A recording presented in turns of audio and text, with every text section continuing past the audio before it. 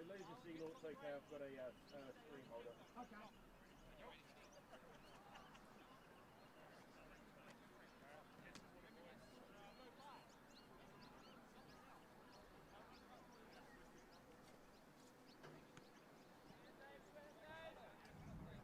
You've got to turn the switch on.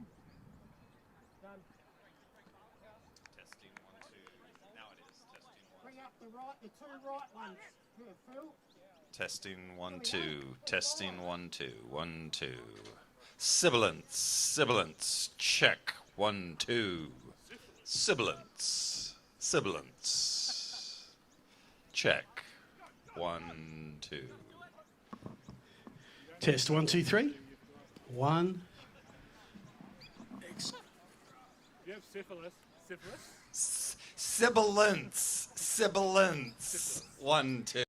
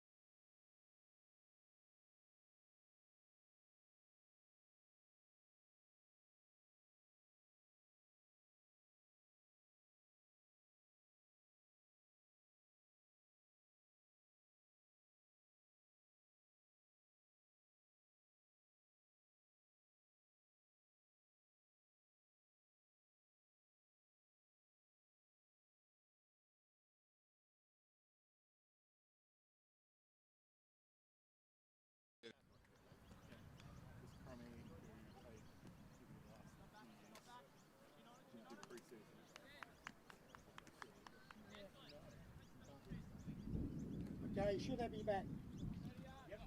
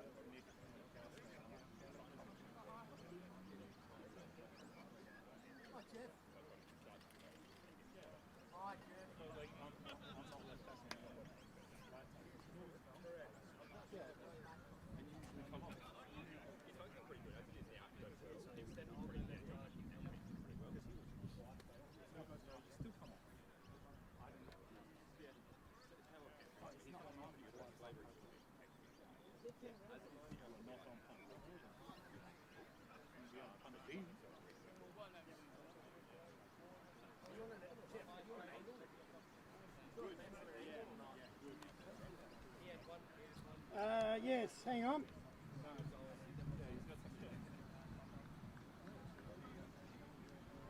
The bubble is centered.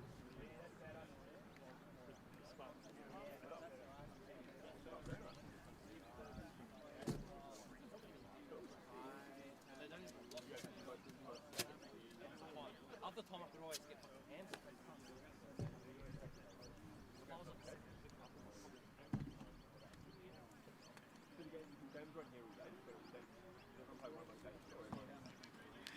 Good morning, everyone. Welcome to Riverside Oval here in suburban Port Adelaide. On a warmish day, summer's coming eventually. If you're watching us on the stream, 180 Creations, welcome wherever you're watching. Let us know on the chat where you're watching from. We might even send you a cheerio. Brad Cummins will join me shortly. He's out collecting the team sheets. We've got a double header today.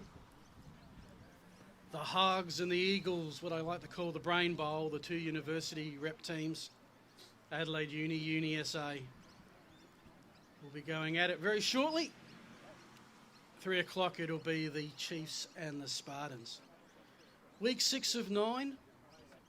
This is the third time these teams have met this season, so the schedule's gone a little bit wacky in the second half.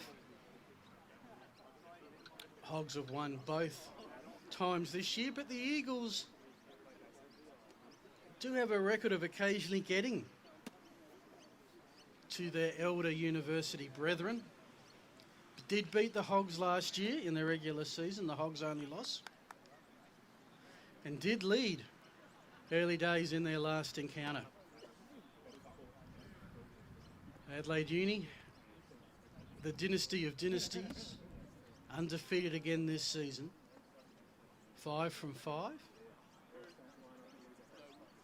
Adelaide University SA have beaten the Chiefs twice, pushed the Spartans to within 5 points, and have lost to the Hogs twice, so they're 2 and 3.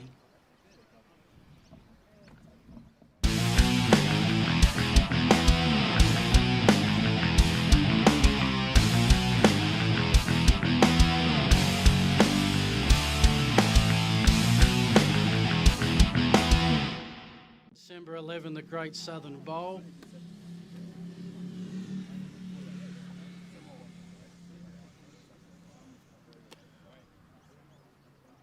A Hogs win and a Spartans loss later today would put Adelaide University as the locked-in minor premiers. Something they can do all by themselves with a win today and a win next week against the winless Chiefs. Conditions here in Adelaide are pretty pleasant, a bit on the warm side, slight breeze blowing off the Gulf. There has been the forecast of some rain. None looks particularly likely at the moment, but we're here for the next 5 hours, so wait and see.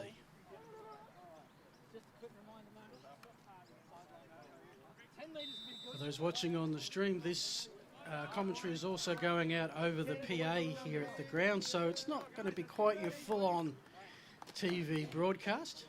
We try and sort of mix up what a PA does and what a TV stream does.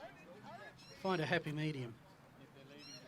Right, it's the captains coming out for the coin toss. For those new to the league, the Hogs are in the white tops, maroon pants, as they've been since day one. The Eagles in the purple tops and grey silver pants.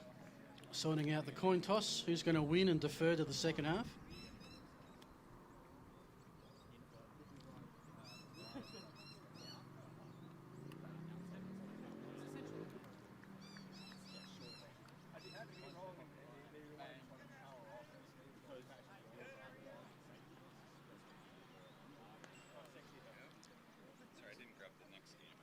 Oh, you got 2. Oh, no, you got the... Yep. Yeah. So we'd have to hand them back before. All right. So Fuck, I should... You take your man. Bring down number 4. And again. Yeah. Won the toss and have elected to defer. They will kick from the northern end. Alrighty. So Hogs, as is tradition, don't touch the mic settings, says our producer. Fair enough. The Hogs are defending the clubhouse and the Eagles will get the ball first. My name's Phil Hurd and thanks for joining us here at Riverside or live on the 180 Creations stream. And back after his stellar, was it debut performance last week? Brad Cummins, welcome Brad. Thank you very much. It's my pleasure to be here. So I appreciate your graciousness in having me. And I look forward to another fantastic round of matches between the Hogs and the Eagles. So we'll get the conflict of interest out early. You're a former Hogs man. This is true. This is true. I am a long-standing coach for the Hogs, but I have to remain neutral now, so that's my privilege. I get the privilege of helping with Tom Etherton coach the state team, so we have no affiliation to any individual club. Well, we'll get you underway when the Hogs get to touch the football, but it will be the Eagles who'll get it first. And they did strike first last time they played, took their opening drive. Actually, no, they got a turnover, which they then converted from about 30 yards out into a touchdown, but pretty much was all Hogs from there. Let's see.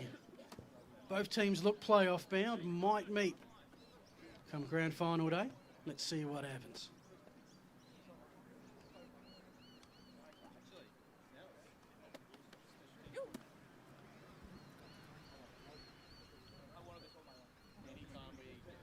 Some last minute instructions or maintenance to the chains.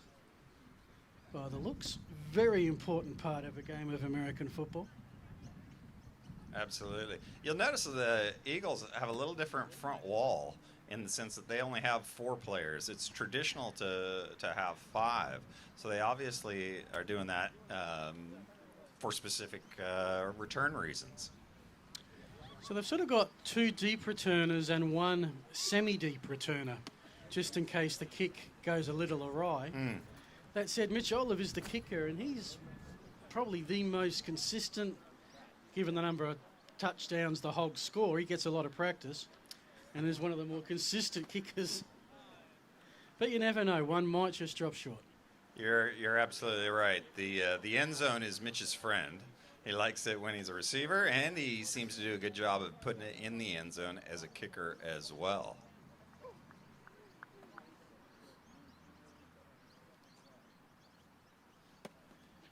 So we're just waiting on a few things here, and we'll get this rolling. If you're joining us, if you're one of our fans all the way in America, we'd like to welcome you as well. We thank you for joining us on this broadcast. We know that some of you are listening from my hometown all the way in Portland, Oregon. Yeah.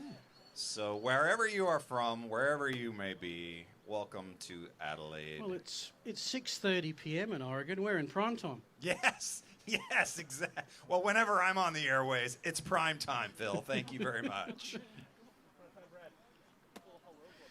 Of course, for all those NFL fans, the daylight saving ends this weekend, so your NFL games, college games next week, but NFL games this week. Yes. Will be on an hour later, so you get that little bit extra sleep. Yeah, no longer do I have to set my alarm for 3:30 in the morning. I got to confess, I set mine for the witching hour, that final hour of the early games. Yes. Get the NFL red zone up and running. Yes. And watch the chaos ensue. It's a beautiful thing. Sports television, NFL red zone, there is nothing on earth like it. I remember when it first came into being, and I thought it was the best thing since sliced bread, and I still do to this day. So we might be in a situation here, we might have to cancel these games if they can't get the chains working. Let's hope not. I don't think you can quite go down to Rebel Sport and buy a new set. I don't think No. available. Anyone got a tape measure handy? Well, back in my day, I hate it when people say that, but it's true. Back in my day, we didn't even have chains. Oh, what'd you have? Nothing. It was purely, we didn't even have first down markers. So it was purely the ref having to just eyeball it, and we just had to guesstimate where was the 10-yard. Usually it was a ref that stood on the 10-yard line. So was there a the 10-yard marker line. as to where it started from? No. How did you know where you just... It was the refs. So, I mean, as a player, you're just so tuned into it. In growing up, we didn't know any different. So we just played, and they would the refs every play would say, 1st and 10, 2nd and 4, that type of thing. I'm waiting for Sam Fuller, our erstwhile producer of 180 Creations, to come up with the virtual first down line. Yes, that's exactly to what add to we our need. production values. Have that nice layover the top of the field. Whatever Sam wants to come up with. Well, I'm just hoping that we can have some, catering for the broadcast staff here. What's this, your third game and you're already getting... No, this one, well, yeah, right. Where's my hair and makeup? Mate, you'll learn. Catering? It's over there.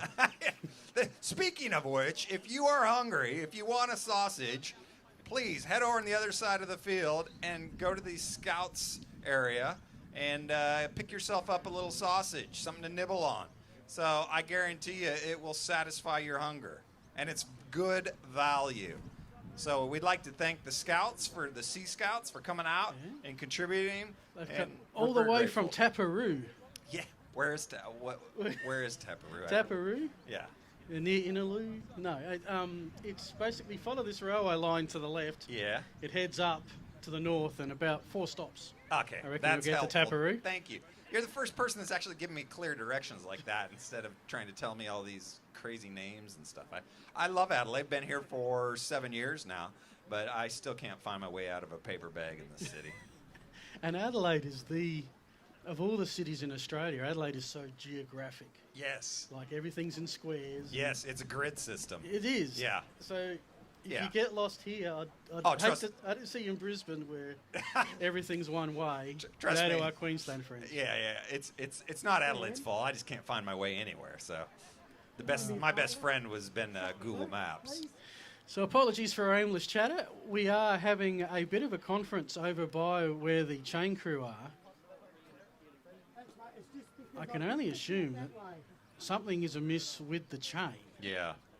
I wonder if it's in a giant ball of yarn. It's someone's managed to knot it.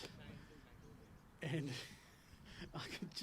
could you not just deattach the chain and... Yeah, I don't know. Yeah, anyway, we don't have the roving mic go quite that far. We'll leave that to the experts. I've got the binoculars on it. There's about 3 people having a decent crack at something at the moment. We might have to speed up halftime.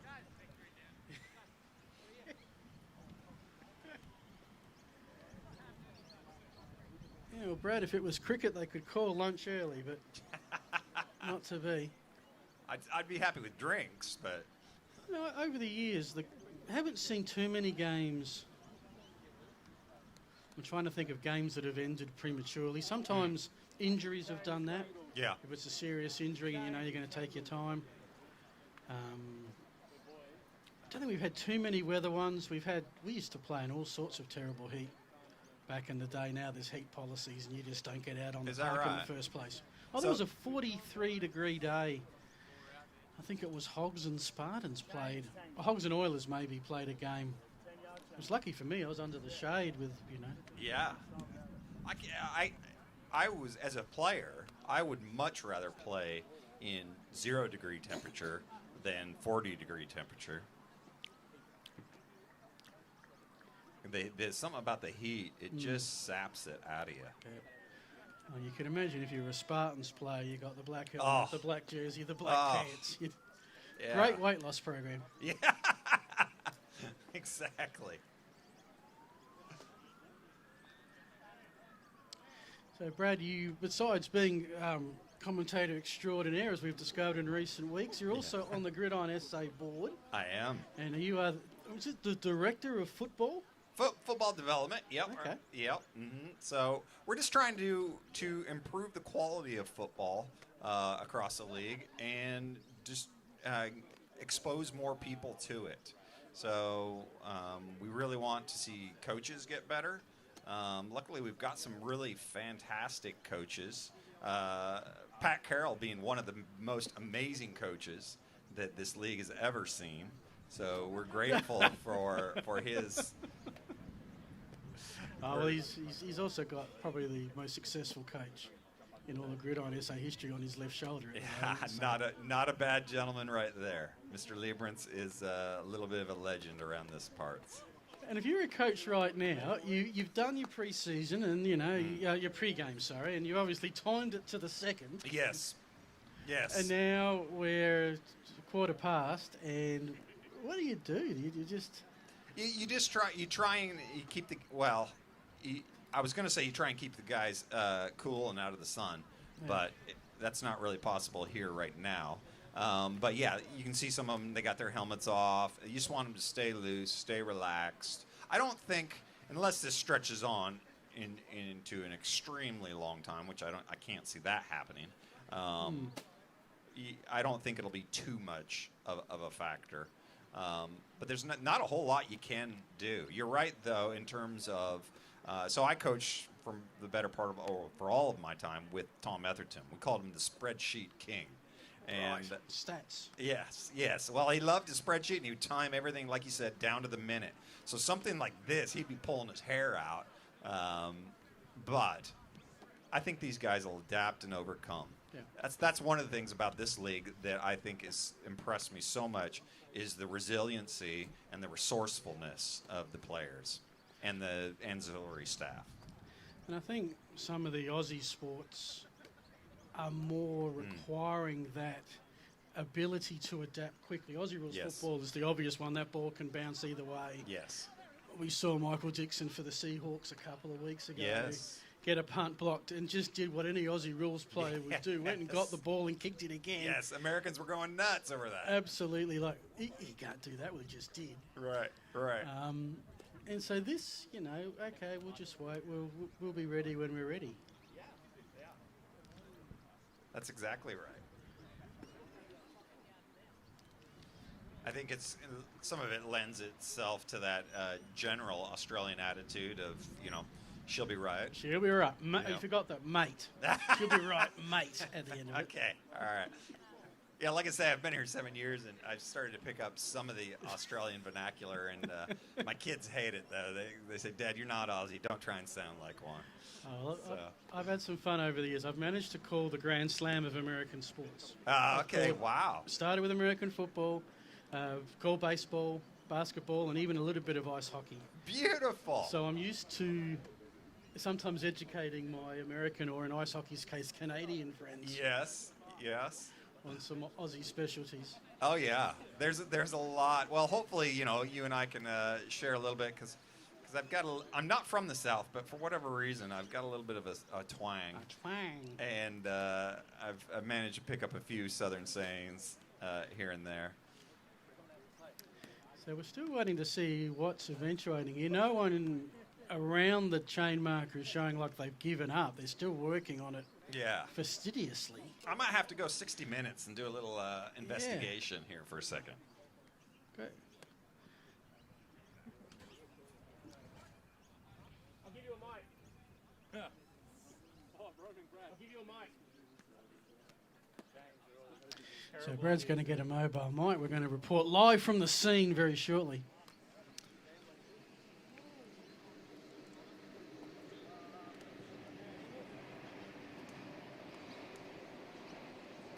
Now the circle of involvement is slowly but surely getting a little bit bigger.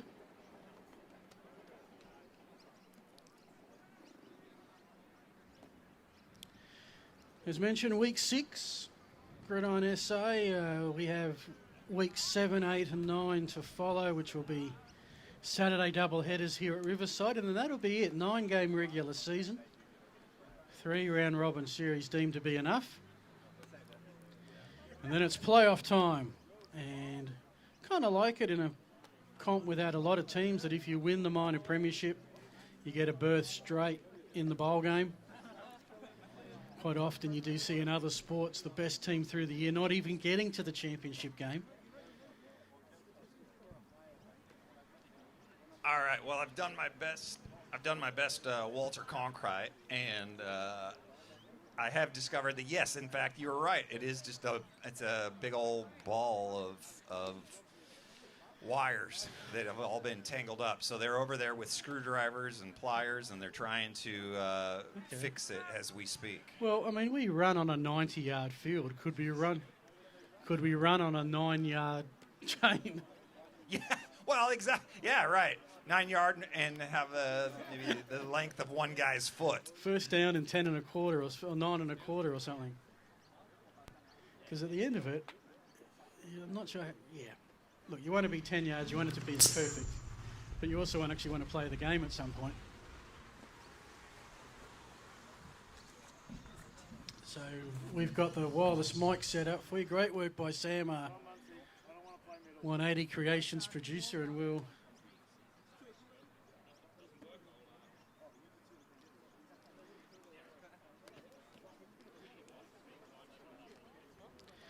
So give it about a minute, folks. I'll get you a live report from the scene of the chain. Where are you going, big number 77? Where are you going? Thanks for a bit of cloud cover over the field, keeping it as cool as... I'm here with Coach Liberance, who loves to be interviewed. So, Coach, how do you adapt to this type of situation?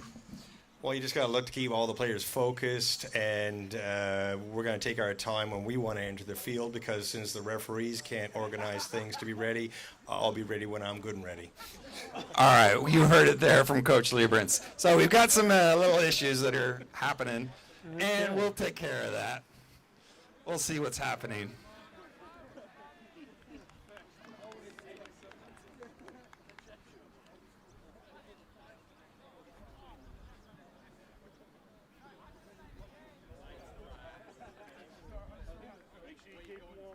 We'll see what's happening over here.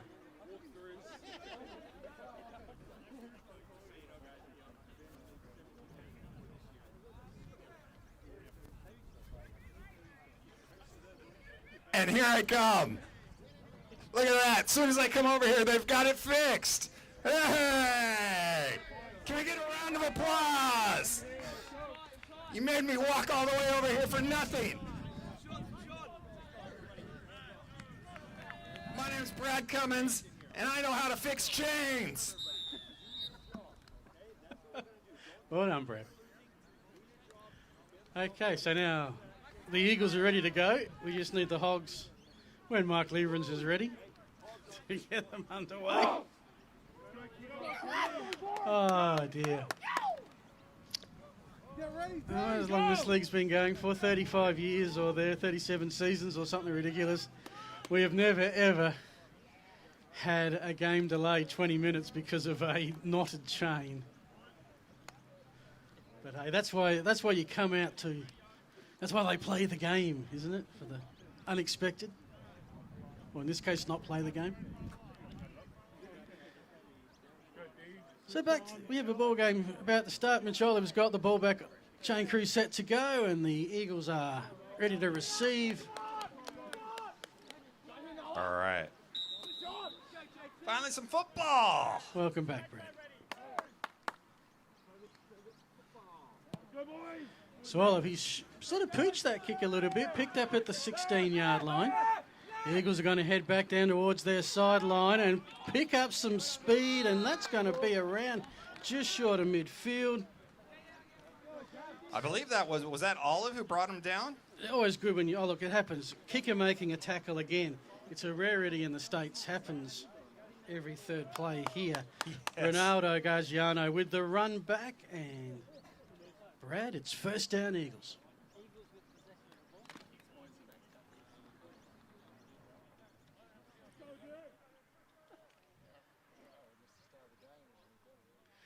Yeah, for all those who tuned in late, guess what? You haven't missed a single thing. First down and 10 Eagles. The ball is marked at the 42-yard line of the Eagles. Those with sharp eyesight will notice there is no 50-yard line. It is a 90-yard field.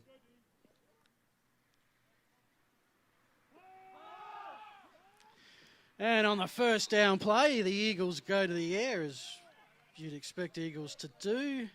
So Number 43 on the reception, and guess what? Not on the roster. Number 1.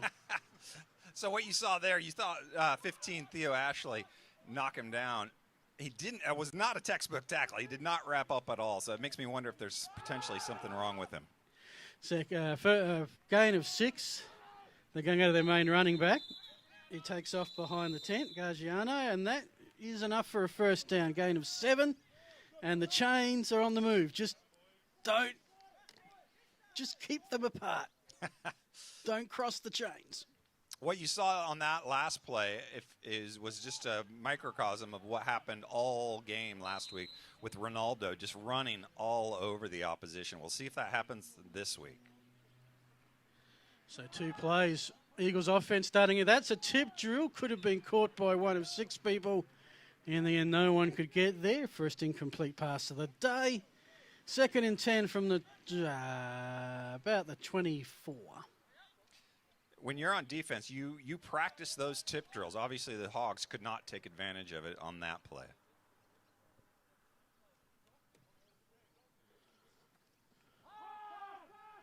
Whiten going for the corner of the end zone, intended for 43. Who picked that one. We had a little argy-bargy there, but the refs decided nothing worth calling. Little contact downfield, but I think when it's mutual like that, the refs aren't going to call it unless it's really clear. Yeah. Also, was the patch catchable is also a bit that comes into the equation a little bit. On a 3rd and 10, Eagles are going to get it. That's going to be a run all the way. That is a touchdown run. Look at that. Put on the afterburners was Ronaldo Gargiano. And for the 2nd time in 2 games, the Eagles score first against their academic arch rivals.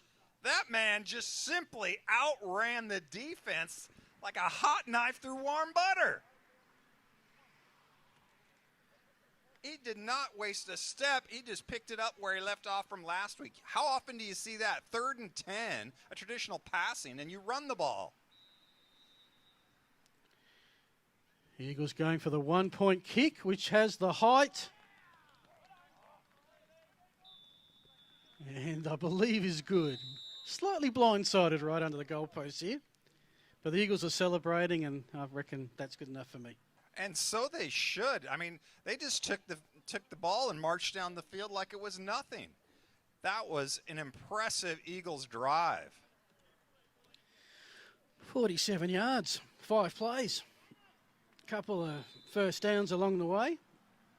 And that's one of the things you'll notice about the Eagles offense with their offensive coordinator, Heath Thomas, is they may have a slow start, but as the team picks up the offense, you'll see it start to click, and they'll be a threat as the season continues.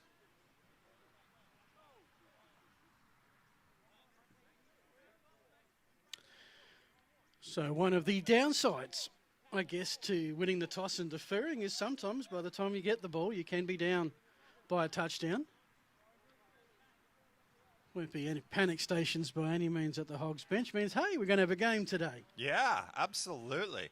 And it'll be good to see how the Hogs react on defense. Typically, they respond well, but we'll see what kind of adjustments they decide to make when they get back on defense. Right now, they're going to get the offense, and we'll see if Pat Ryan and the offense can keep things going.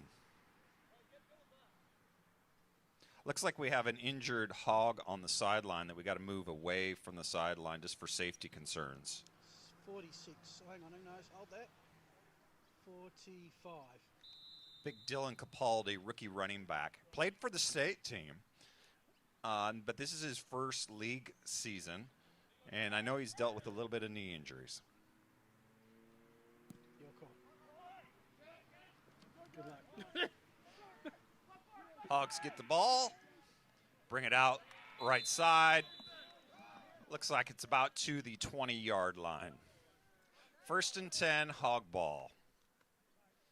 So you see the Hogs, they'll run a very traditionally balanced offense, a run-pass offense. A lot of times they do what we call RPO, which is a run-pass option, where the quarterback has the ability or the option, depending on a key defender, what that defender does, he can either run or pass the ball. Lebrun's, however, has been more of a traditional call a run, call a play, but they have adapted this year. So there you have just a quick pass out of the shotgun. Looks like it was to Mitch Olive, I believe. Yep. Just hoping that's the kind of play where it's almost an outside run.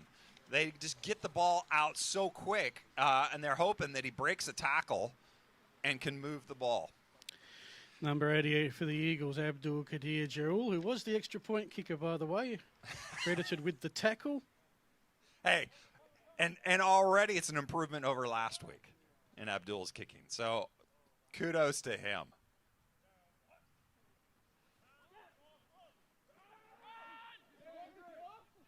Hand the ball off to, oh, look at that.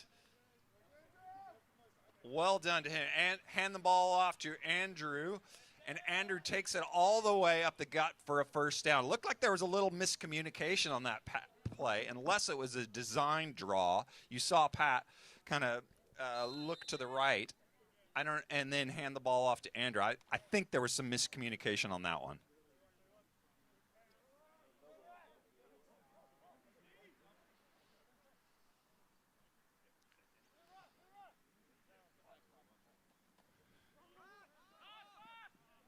Oh, and he's got the ball over the middle of the field to number 25, Thomas Tunno, for a first down.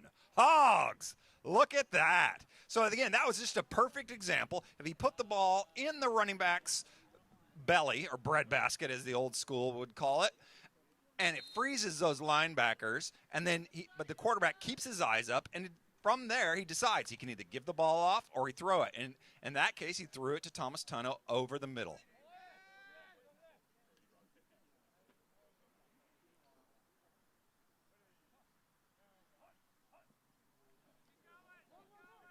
So it looks like we have a free play. Pat keeps it, takes it around the sideline, gets about 2 yards, but my hunch is they'll take the penalty. I think he was able to call the defense offsides with his cadence. You've got to love that if you're an offense. I know that teams practice that, but it becomes another form, another weapon that you can utilize to keep the defense from keying off and trying to just cream. Offside against the defense. 5-yard penalty. Replay. First down.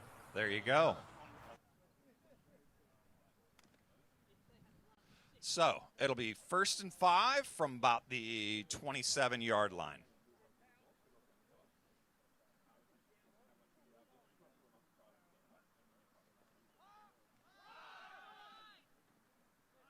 Hand the ball off to Andrew. Takes it up the gut between the tackles for a gain of about 3 yards. So looking at 2nd and 3. This is the type of situation. Do you take a shot downfield into the end zone?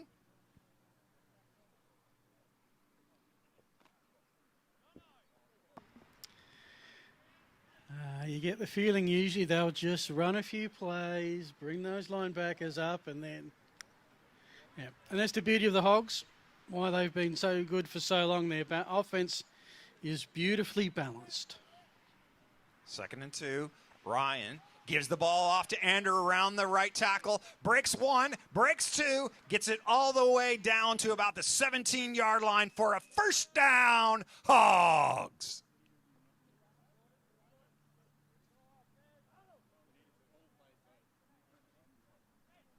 You've got to love this if you're the offense of the Hogs. They can pass, they can run, they're grinding it down, they're wearing down this Eagles defense. Even though it's only the first series, you see the guys, especially the line with the hands on their hips, signifying they're a little bit tired.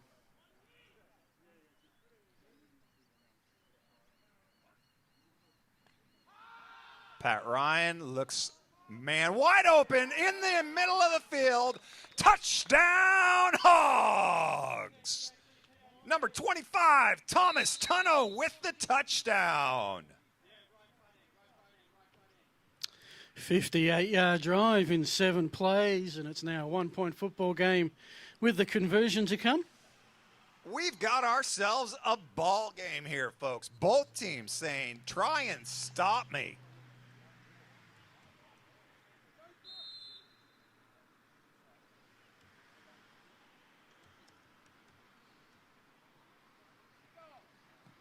Olive with the kick, and it is good.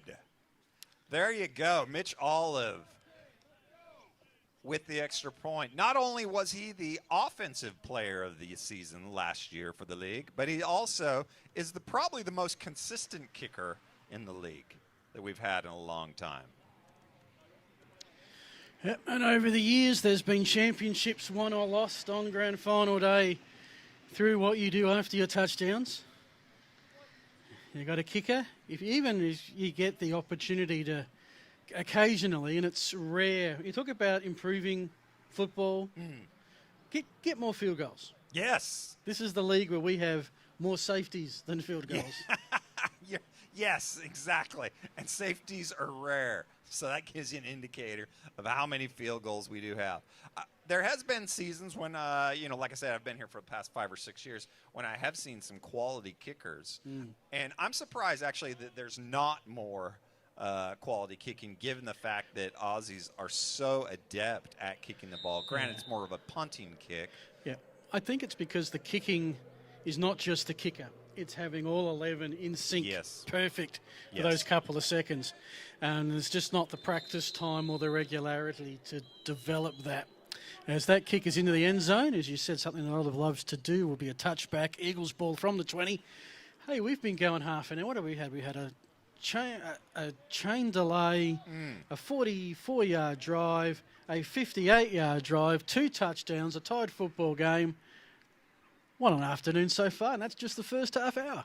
And I really hope that was not just thunder I heard off in the distance. The last thing we need is a lightning delay. Now, you were bringing the tent, weren't you? Yeah, the metal pole tent. Yes. All right, well, as long as there's no lightning, rain's not an issue. We're not cricketers. But thunder and lightning can be a problem. Those metal helmets are not a good thing to have, let alone our cameraman perched on top of the metal scaffold, Jeff. G'day to Jeff. Ooh, that's thunder. Okay. Ball game, 1st and 10. And it'd be easy to see if there's anyone from the league just checking out the map and see if we are going to have to go into a lightning protocol.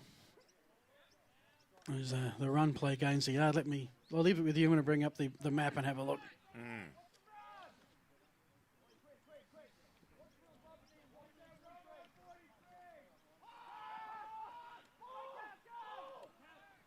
Oh, no.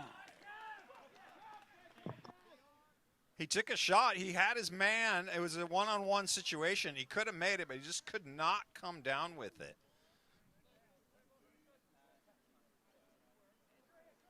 I think you're seeing the Eagles. They're gonna take their shots.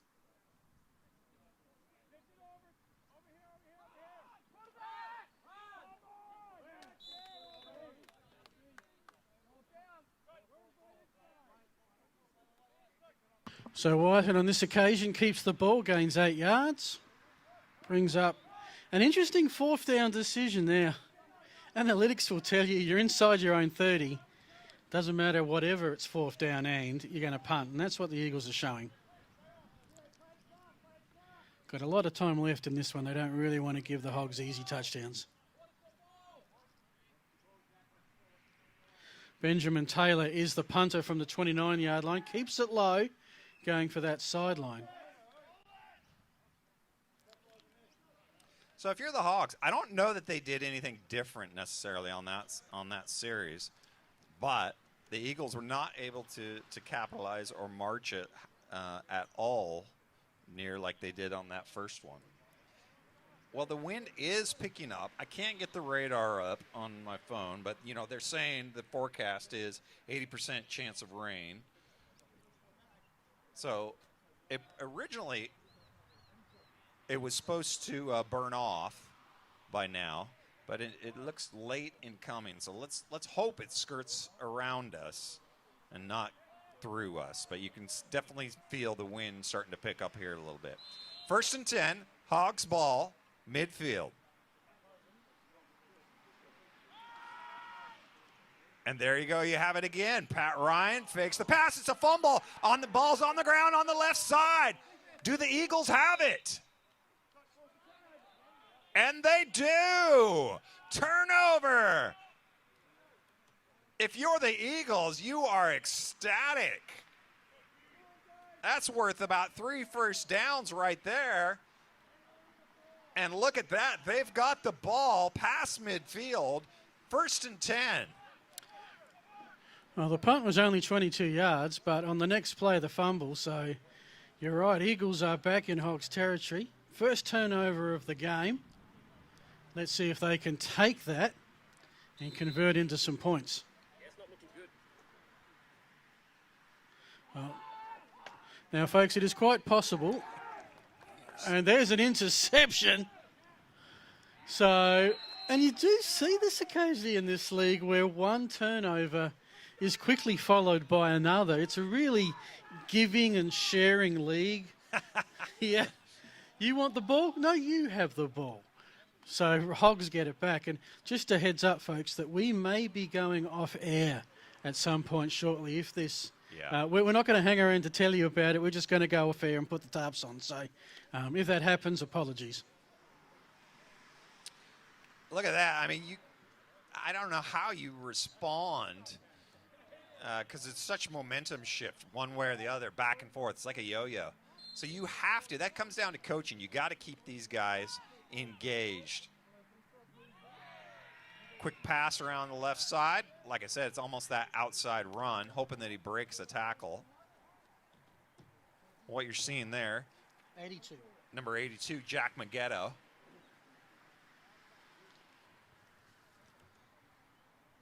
They're running it pretty quick. I'm struggling to keep up with the stats. 2nd and 8. Stop doing stuff. Hogs ball at the 38-yard line, 39-yard line. Pat Ryan, he's got time. He's got a man open. Mitch Olive on the right side. He gets the reception. He breaks 1 tackle. He breaks 2 tackles. He takes it all the way down to the 6-yard line. Mitch Olive. 33-yard pass. 33 yards. Cannot be stopped.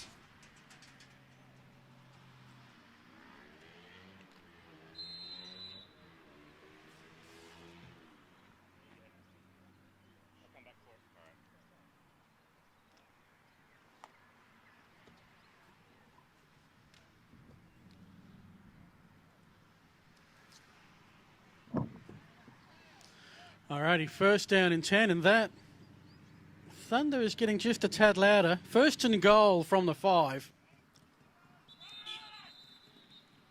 Flags on the play. So I'm taking a look at the Bureau of Meteorology map, and Prior there to the snap, definitely is. false start, number 89 of the offense. 5-yard penalty, replay the down. That's frustrating if you're a Hogs fan or coach. And it looks like potentially it could come a little south of us, but I think that's more wishful thinking. All right. Game will be suspended based on the lightning in the near vicinity. We'll let you know when it resumes. There you go. We are going to take a break. We've got lightning. Safety is first and foremost. Thank you, gentlemen. We'll be back soon.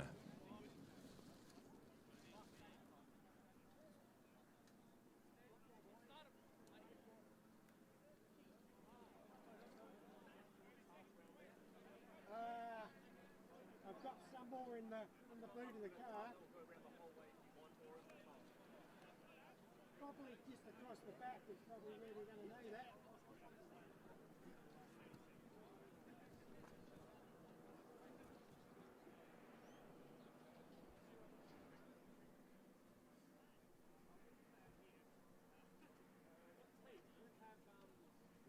I've got rope here so we can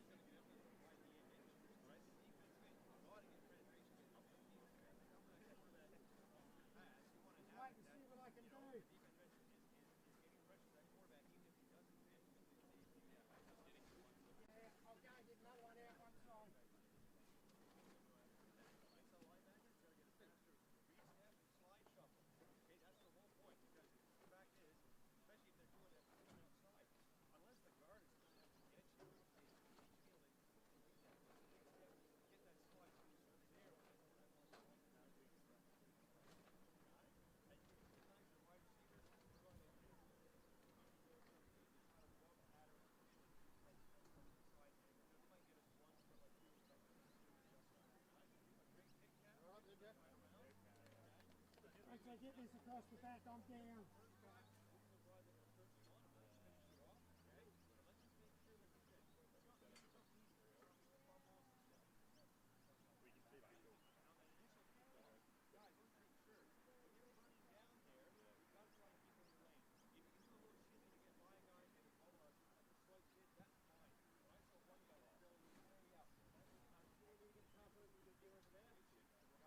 I've got one there, there's some more in the boot of my car.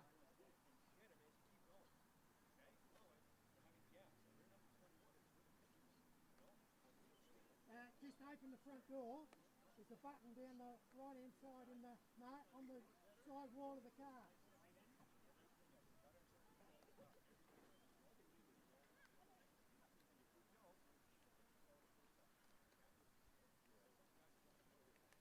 In that, yeah.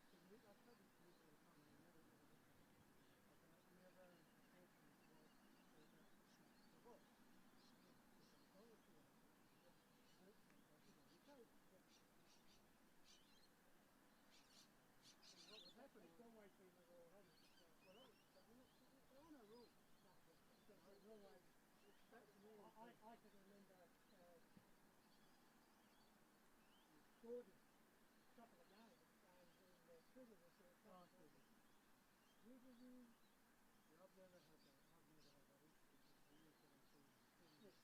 And I was sometimes I'll break it occasionally. I'll just go a little bit too long, or they'll start to play me sort of an early too.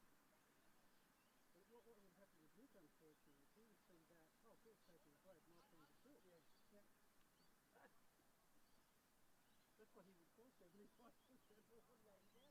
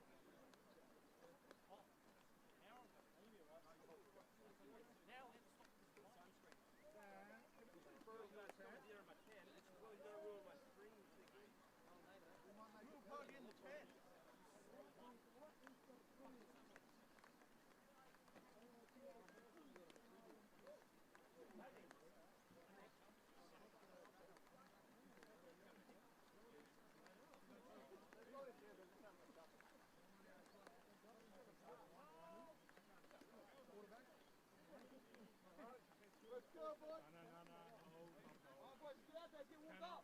Cannot warm up until 1:15.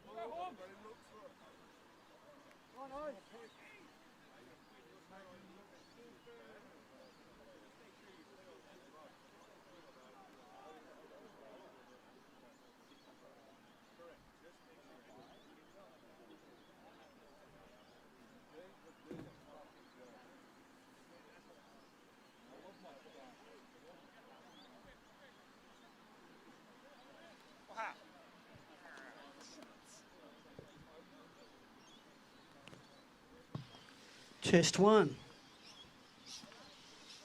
Test 2, sibilance, sibilance. Check 1, 2.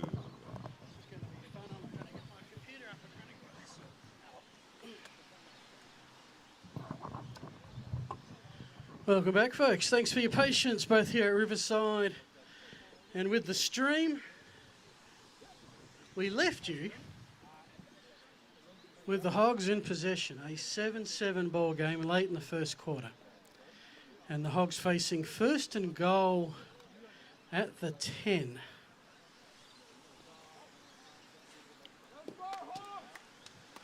Well, that surprises me because I thought it was at the 6 at some point. But anyway.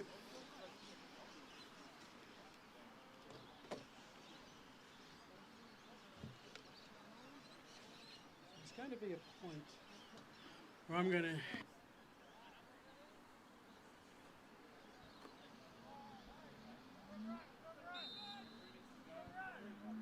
And here we go. The keep to Pat Ryan around the right side, and he takes it all the way down to about the 6-yard line.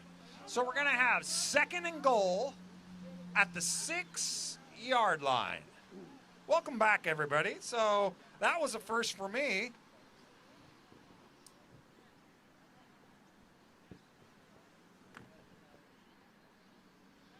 In terms of our rain delay, so you'll just bear with us as we kind of adapt to the environment. Just like these football players, seems to be an Australian way. We have Ryan gives to Bagari up the gut in between the tackles, and he takes it all the way in for a touchdown. Hogs, Andrew, I don't see any laundry on the play, so we've got ourselves a touchdown. Well done to you.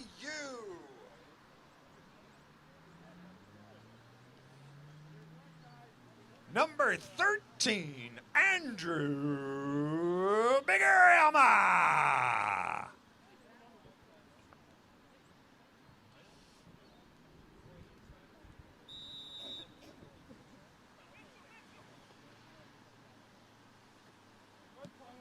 The kick is up and no good. No good. Mitch Olive, you might want to work on that.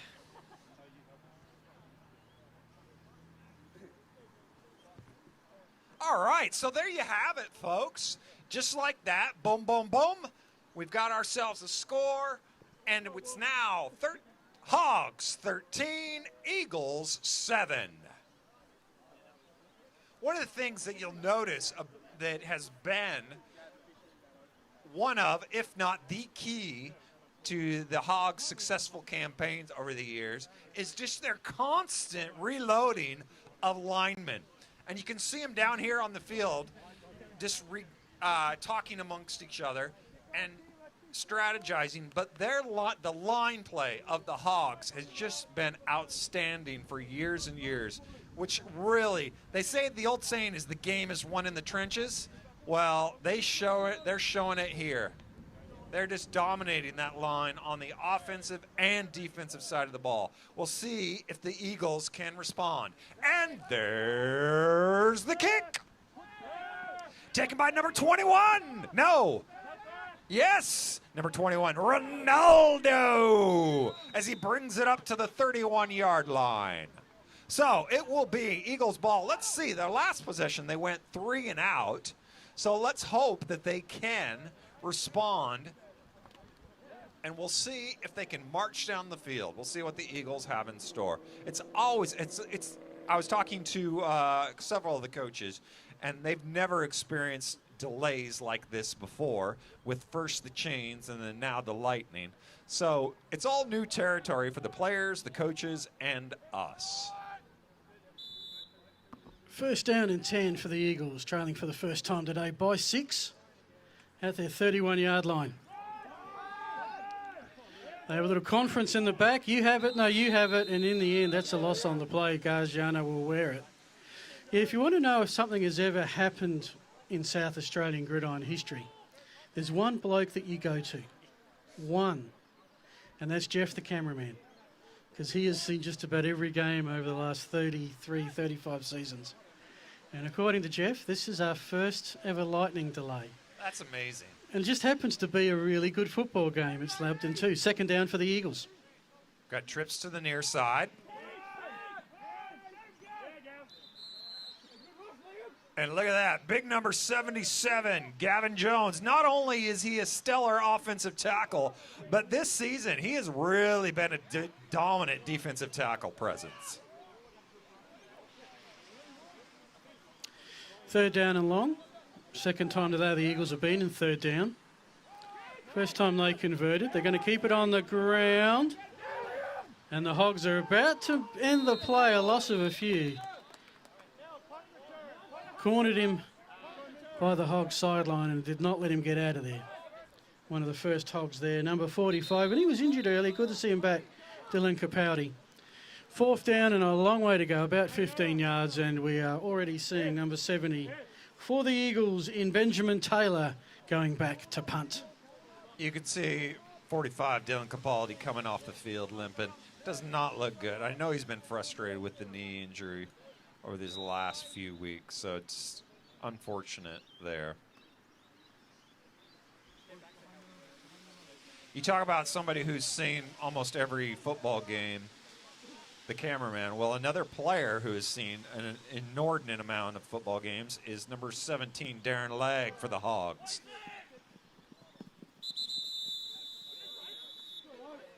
Darren has the distinction of being a little bit of an Iron Man. I don't know how many seasons he's played, but he has been around forever and a day. So, the Eagles couldn't get anything going there. And now we're going to have the Hogs ball. This is the Hogs specialty here, where they're going to really try and put it out of, well, not out of reach yet, but they're going to make it difficult for the Eagles to mount a comeback if they can score on this drive. 43 yards on that punt. Nicely flips the field. Hogs have had 3 series with the ball, 2 long touchdown drives, and one play fumble.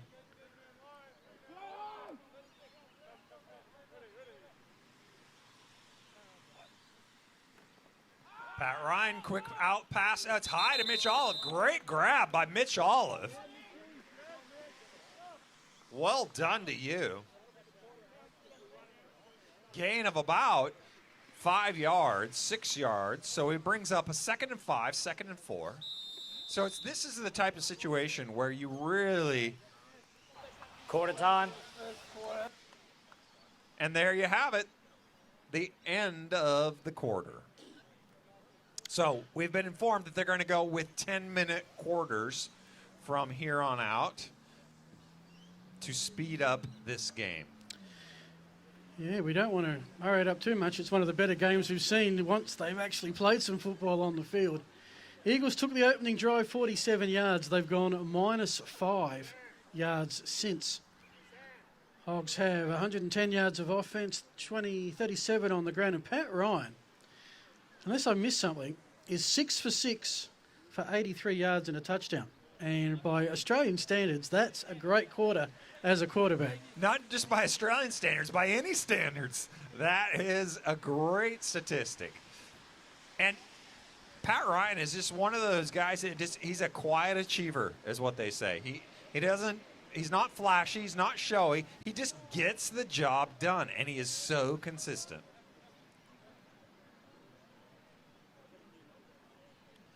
Second and 5 at the Hogs' own 30-yard line.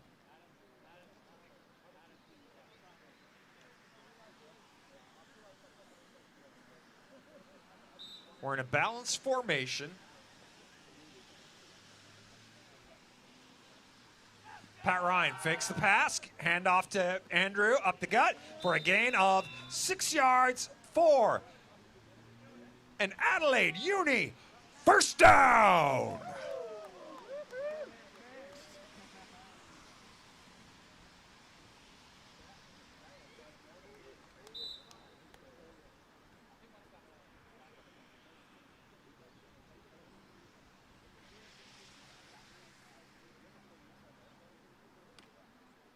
One of the things that's been made it so easy for the Hogs this game is that the Eagles have just not gotten penetration up the middle in between the tackles. The Hogs offensive line has done a great job.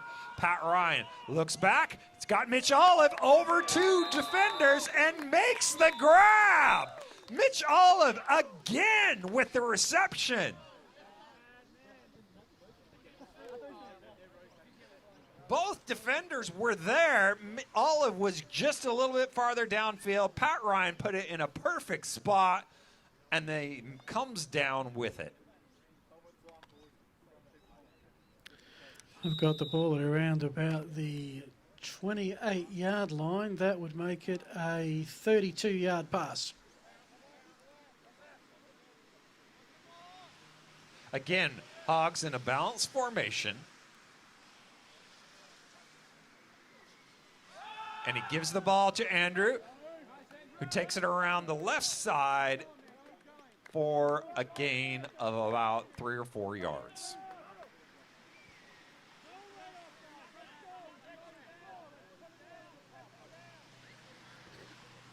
Bergermana right now, 6 carries, 44 yards. As expected, the bulk of the Hogs rushing attack.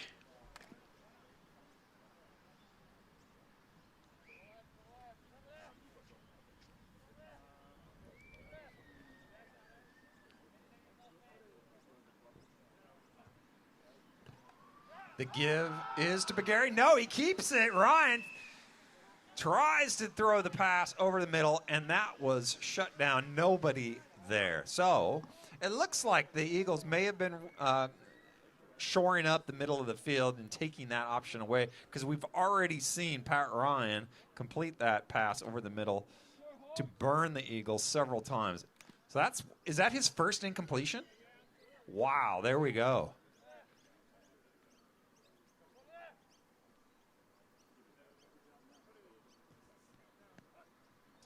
Ryan, quick screen to Olive, gets the first down on 3rd down, keeps the chains moving. The drive is alive. For Mitch Olive, that is reception number 5 so far in this game. 34-40, just doing some sums in my head, for about 79 yards. So there we have it. 1st and goal. Hogs threatening.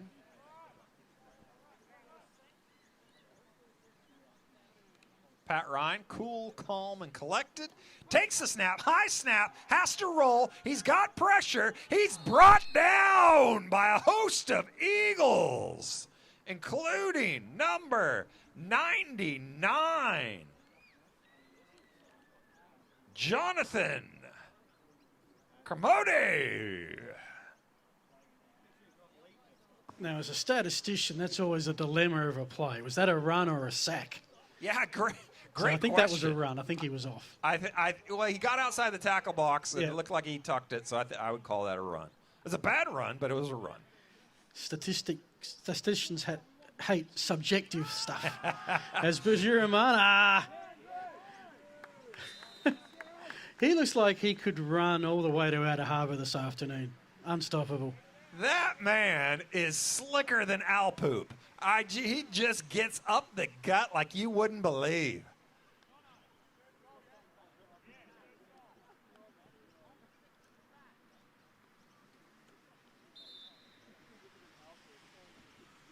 If I'm the Eagles, I got to come together, have a little meeting of the minds, and this is where I want to take a stand. This is where a little bit of an attitude situation here.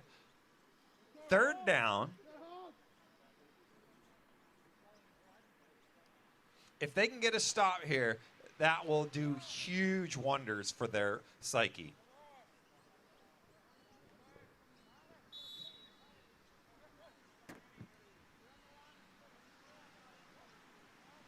Pat Ryan looks right. He's got a man on, looks like a slant, quick slant. He's all the way down to about the 2-yard line, 3-yard line. It's hard to tell from this vantage point. So we've got 4th down. Now, do they trot out the kicker? Would they? Could they?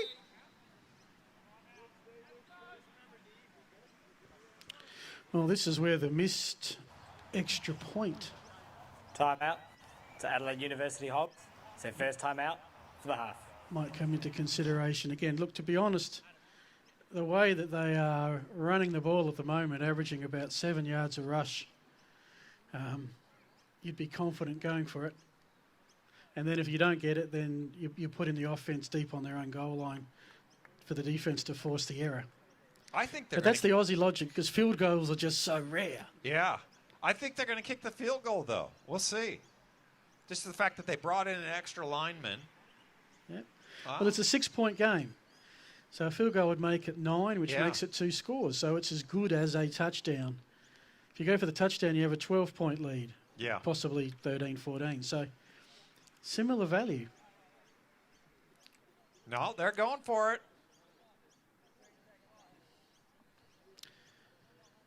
Here we go, folks. 4th down. Can the Eagles hold them?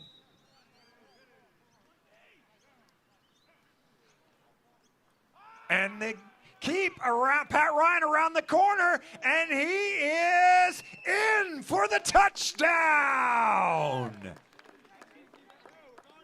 Touchdown, Pat Ryan on the quarterback keep around the right side. The old quarterback keeper play. Gets the 6. We're now 19-7 with the conversion to come. And that was a 66-yard drive on the back of previous drives of 67 and 47. The Hogs offense is rolling. Yes, it is. And the give is to Andrew Bagarma up the middle and in for the extra point. That's fair compensation. Uses the decoy for the touchdown. Gets the 2-point conversion on the stats somewhere. So if I'm the Eagles, I've really got to think through how is it that we can stop, because the Hogs have just been marching up and down the field. Well, the last 3 Eagles offensive drives have gone 3, 1, and 3 plays. Wow. So first step to stop the Hogs offense from moving the ball is denying them the ball in the first place. Amen. So they've got a running game. I haven't seen them put the ball up, and look, in wet, rainy conditions, I sort of get it, but things are starting to dry out, and I'm sure both sides brought towels. I'm sure both sides brought towels today. Yes. If not, that's... or maybe the league is going to have to provide an arc here.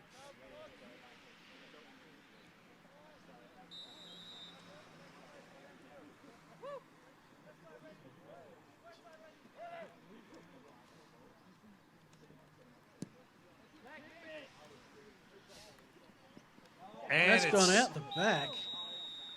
Ooh. over Ronaldo's head.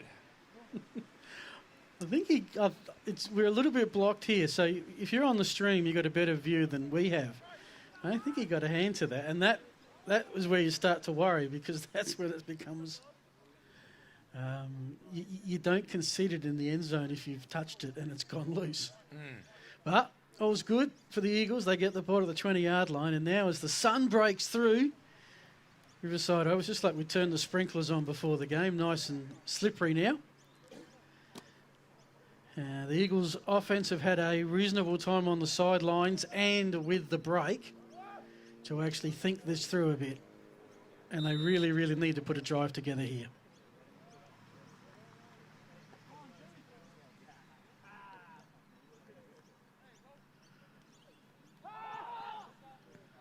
They'll go to the air. It was behind one receiver in front of the other. A very late flag thrown. I think we might have illegal blocking downfield because it looked like he started blocking before that pass got out. We'll see. Always. Have you, before getting your accreditation to do this game, did you have to pass the course on the commentator's curse? I did not. I did not. Offensive pass interference, number 32 of the Eagles. It's a 15-yard penalty assessed as half distance from the previous spot. So there you go. Replay. Oh, no, correction. Second down. It's where you, commentator's curse is where you say, gee, there haven't been many penalties in this game so far. That's just the second called, and now you watch. Yes. So that's exactly what it is. So on that play, the offensive player was engaging the defender in a block before the pass went out, which is illegal.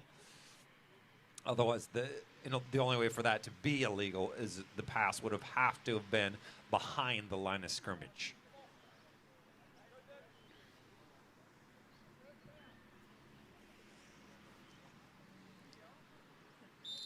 So first down, 20 yards to go, back towards their own 10-yard line. Long way to run. And I reckon that's maybe half a yard gain. We'll make it second down and 19.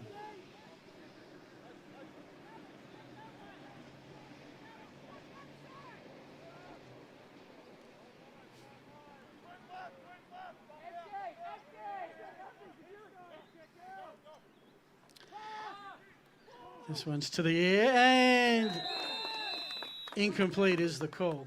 Oh. Not by much though. No, not by much at Mitchell all. Gavros, intended receiver. Great defense by Quinn Weiss, number 23. Just the fourth pass from the Eagles, 1 from 4, 2 incompletions and an intercept, but this is passing territory. Third down, 19 yards to go. Hogs would love a turnover here. Get the ball back in good field position. The Eagles will keep it on the ground though. There's a loose ball. What was he doing there? Was that a shovel pass? I reckon that was, yes, or a forward if I'm honest. Not one that you would probably see in any textbook or in these days YouTube video. He was trying to do a Franco Harris there, I think, and fumbled the ball forward a little bit. Back to the original line where it's fourth down and 19, and it will be Benjamin Taylor pretty much to punt from the goal line. Speaking of Franco Harris, shout out to my brother who's watching back in America, Lance. Your Steelers, they're awful.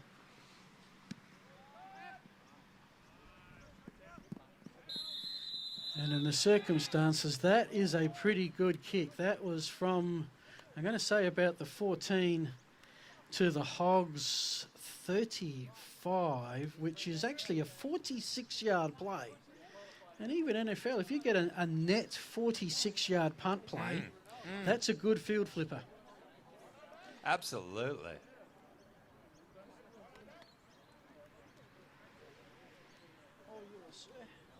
Speaking of shout-outs, I do have to do a shout-out to my daughter. It is her 17th birthday this week, and we're celebrating today as a family, and I promised her I'd give her a shout-out. I know she's at home watching, so thanks, sweetheart. I love you.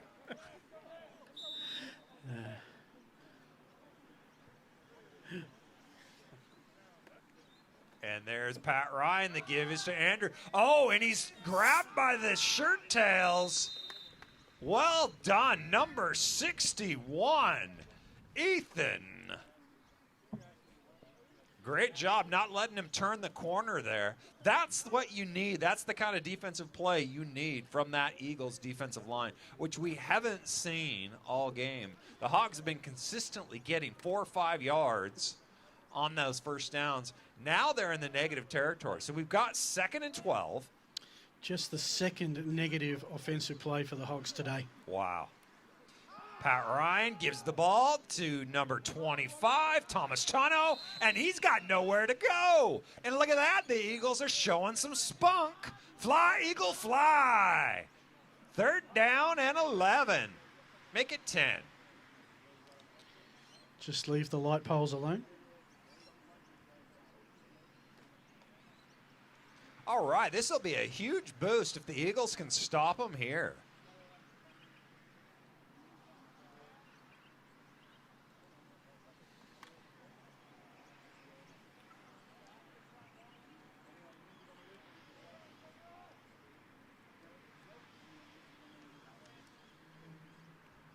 Number 12, Noah Ramish to the near side. Pat Ryan looks right, looks left. He's got a man across the middle, and it's incomplete. Look at that. The Eagles hold them, and they stop them to bring it up 4th and 10. And you'd think the Hogs are going to punt for it on this possession.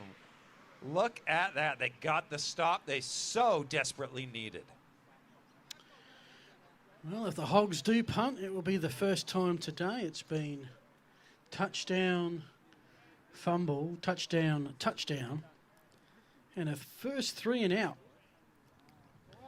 So the Eagles D is rising to the occasion. Number 21, Ronaldo, back to receive the punt. Good punt. That is But- Sandtrack's kick Oh. to about the 12. But this will be a run back. And so you can see he was aiming to try and get it out of bounds as there's a late flag. Oh. And depending on who's that's against, it could almost bring it back to the original line of scrimmage. We almost had ourselves a little Donnybrook out there.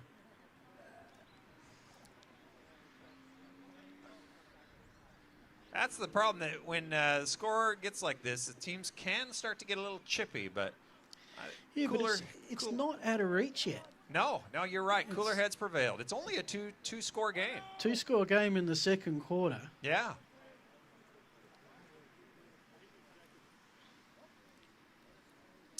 So you can see there the refs having a word with the captains.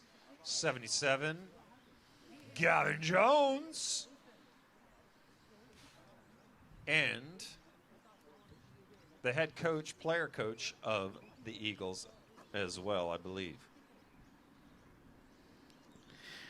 Always a tricky one when the player is the coach and the coach is the player. Do you ever see that in the States at all? No, it never happens. I think it's just a necessity here.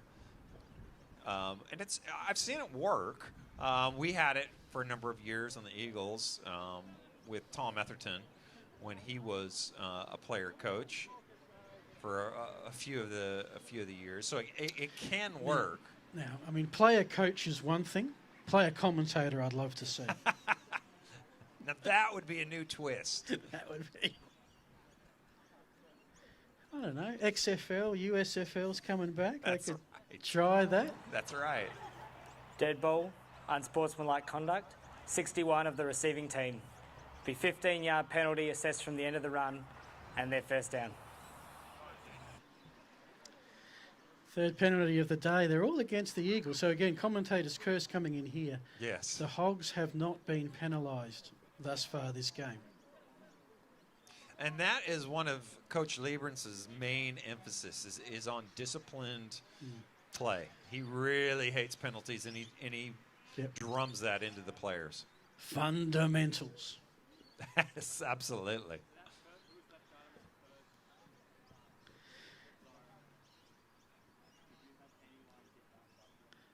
So I think they've just about sorted out how this looks. So the Eagles offense was looking tickety-boo. First drive since then, not much. This one, this one's picked off. This is where they're explosive. Seb Burford, I think it is. I'll check that number in a sec. Wow. It's number 82. Apologies. Zia Demetriou has gone 80 yards, and just like that, it's an 8-point footy game. You said it wasn't over, and it's not over. We are back to a one-score ball game. Just like that. Boom, boom, boom. Well done, Zia. So you just saw a simple play across the middle. He broke coverage and was able to take that 80 yards. 90 yards. You got me again. 70 yards, 90 yards for an extra point attempt. This is critical. The kick is down, and it is up. Abdul has converted 2 for 2. That means the University of SA Eagles are 14. The Adelaide University Hogs are 21. Don't go anywhere, folks. This has been more action in this game than possibly the rest of the season combined so far. Who knows what is still to come. Absolutely. What a great game we've got here. The Eagles got the stop, getting a touchdown. They've really got the momentum on their slide.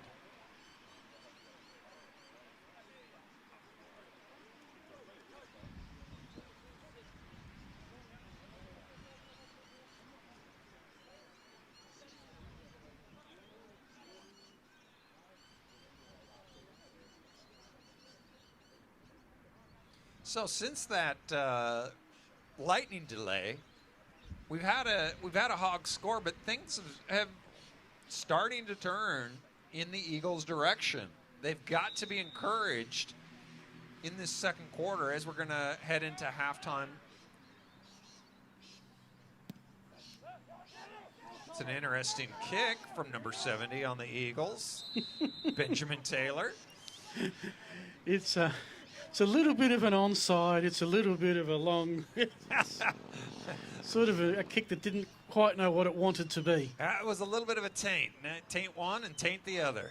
Usually those are a bit like my golf shots. They shank so badly they end up out of bounds and it's a re-kick. But in the end, not too bad because it's at the 25, which is around about where you see a normal kickoff return end up. So no real damage done from an Eagles perspective. This is, again, you know, if the Eagles can get a stop here, wow.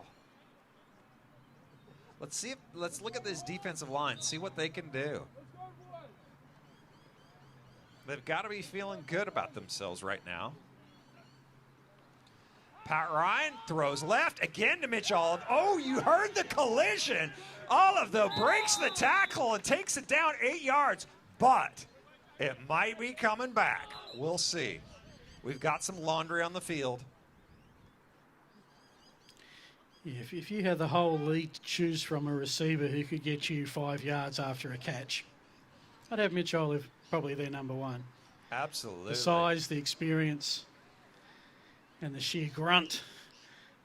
Which, if you're going to be a hog, you need some grunt. Comes with the logo. Well, they're waving the flag off. Waving the flag off. So,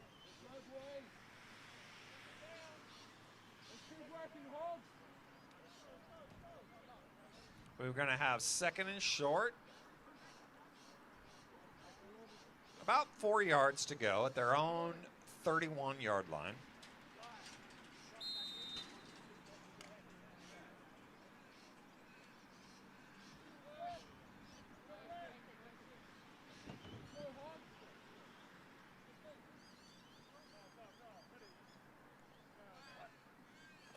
Ryan drops back. Looks deep, finds a man over the middle who is not open.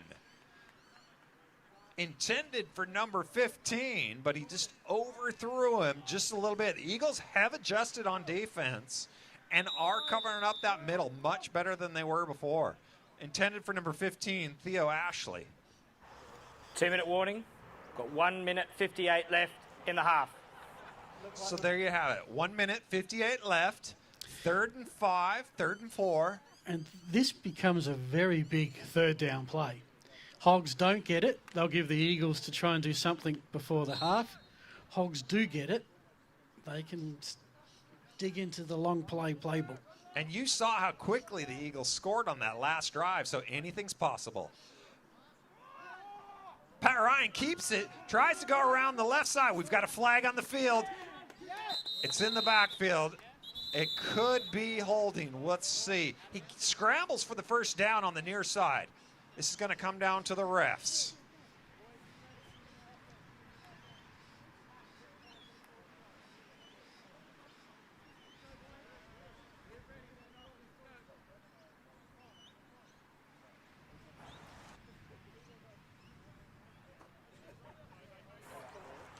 Holding, 74 of the offense. 10-yard penalty, replay, third down. There you go. First penalty on the Hogs. Number 74, Lawrence.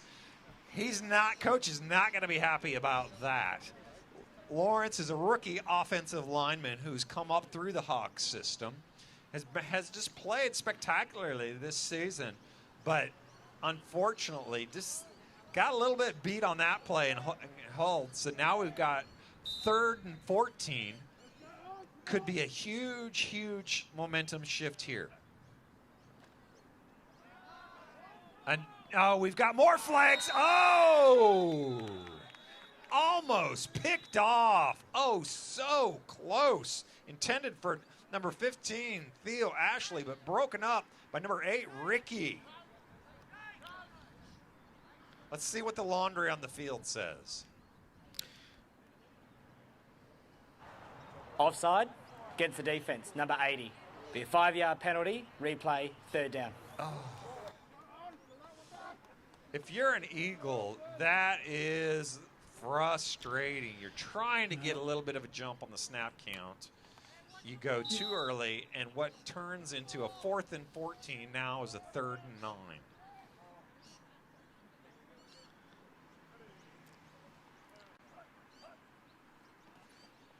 Eagles have got penetration, and they bring down Pat Ryan in the backfield. Looked like they came up through that A-gap. So that gap in between the center and the guard got penetration and brought down Pat Ryan before he could do anything. Well, Ben Taylor was there first, but I reckon it might have been number 36, James Paul, who will take the sack as the stat. And that means the Eagles defense. Timeout to the Eagles. It's their first timeout for the half. The Eagles defense, which started this comeback by forcing the 3 and out earlier. Eagles offense got to the parties. One big play for a touchdown.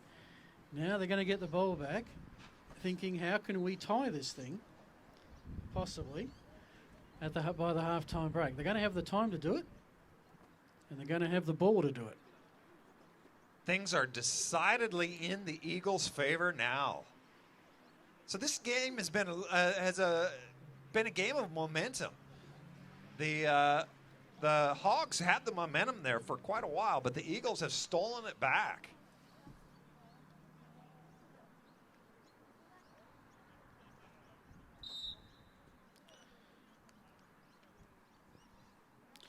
Fourth down from the 19-yard line. High snap. Olive has the skills to bring it down and get a one off towards that sideline. It's not out of bounds, though. Here comes Gagliano looking for some running room on the Hogs sideline. He's made 3 miss. After all of that, he's going to be brought down at midfield. 45 yards, about a minute to go. I think that was a little bit of a reverse. It looked like that the Eagles receiver got the ball around on that left side and then gave it back to Ronaldo coming around on the right side. Didn't get a whole lot of extra yardage, but it's definitely worth the try for a little trickery.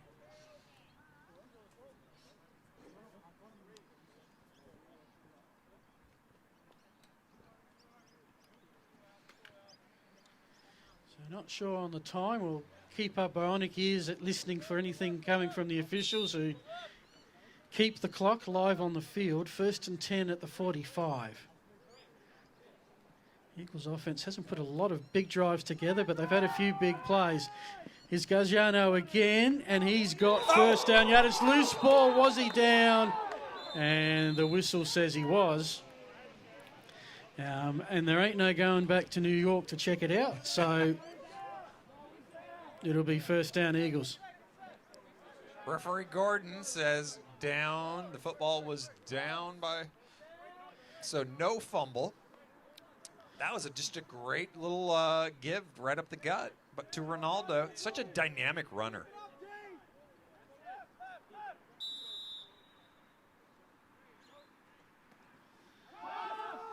This time to the air, 43, the intent has it. Oh! And that's another first down catch, stays in bounds. So is this where they're looking at a timeout? Maybe that the clock stops momentarily to reset the chains. And Timeout to the Eagles. It's their second timeout for the half. an exceptionally late flag thrown towards the Hogs sideline. Do we have unsportsmanlike conduct against the sideline? Try not to prejudge what comes with these things. Either way, that was, you saw him. And we've now got two, he's in the same spot. So it's going to be half distance of a half distance, I think. And what this does, it's going to, well, 2 flags for this, yeah.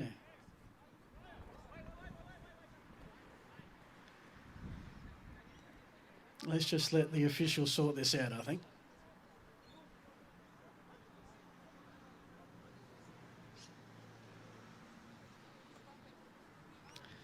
If you've just joined us, it has been a crazy game. Yeah. 20-minute delay, unknotting the chain. 40-minute delay for Lightning and Thunder. A game where the Eagles have led, tied. Hogs got 2 scores up. Now it's 1 score. And possibly the Eagles are going to be very, very close to this end zone. The Hogs looked like they were on the precipice of kind of putting it out of reach. There will be no flag on the play. We're going to resume playing football, thank God. All right. Great to see the officials getting in with the special comments as well. I love it. We talked about a player commentator. How about a referee commentator? Now we're talking. Vince McMahon would be happy All right. with that. Well, this is why you don't prejudge it. 1st and 10, Eagles from the 14. Your call, sir.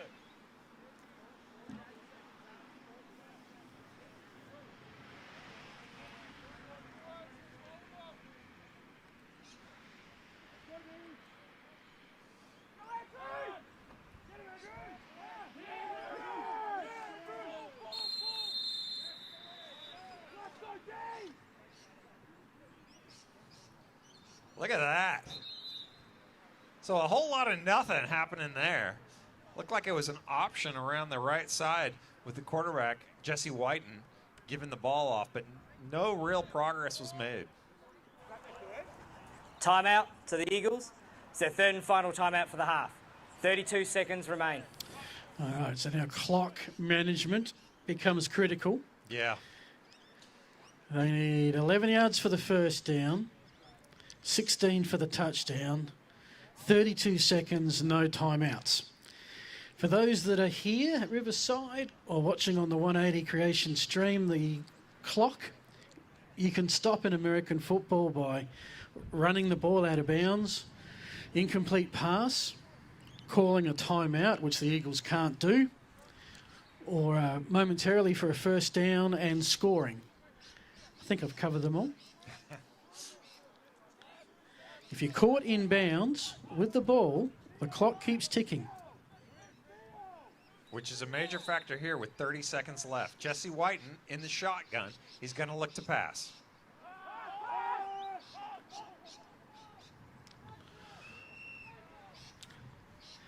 Had a man coming across over the middle, but just threw it a little bit short on that left side. Yeah, that was about 2 wheat bixes for breakfast short, I reckon. And now, not a lot of time damage, but they've got 2 plays to get 11 yards at least.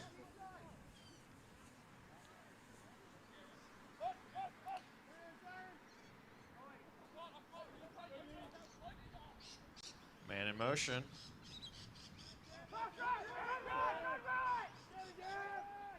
Can he get out of bounds?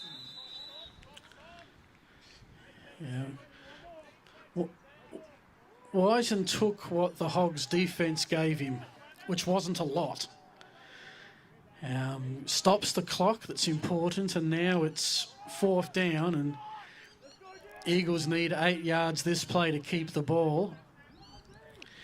Will they go for the first down, or what the heck, go for the whole end zone? I'm surprised they don't consider a field goal here, but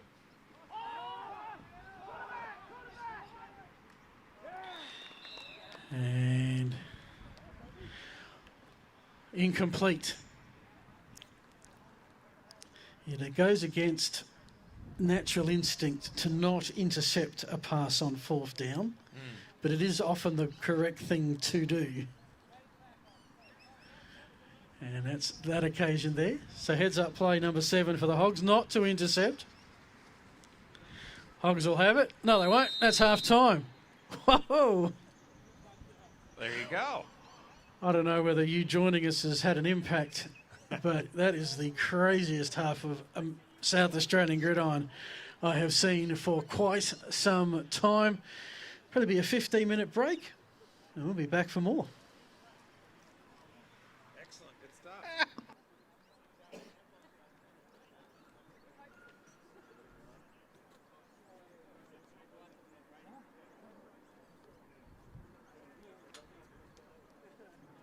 Boys, grab your waters.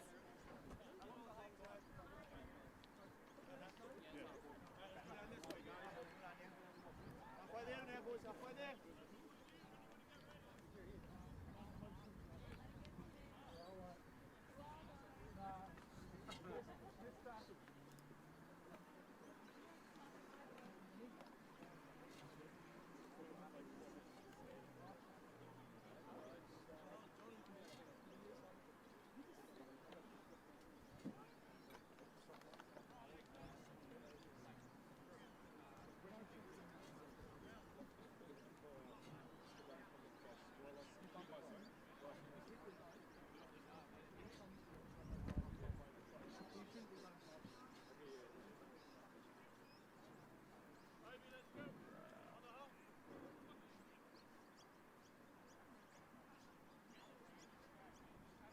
Andrew, Theo, let's go.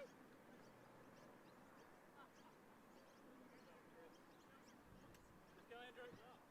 Theo, let's go. On the hop, let's go, let's go.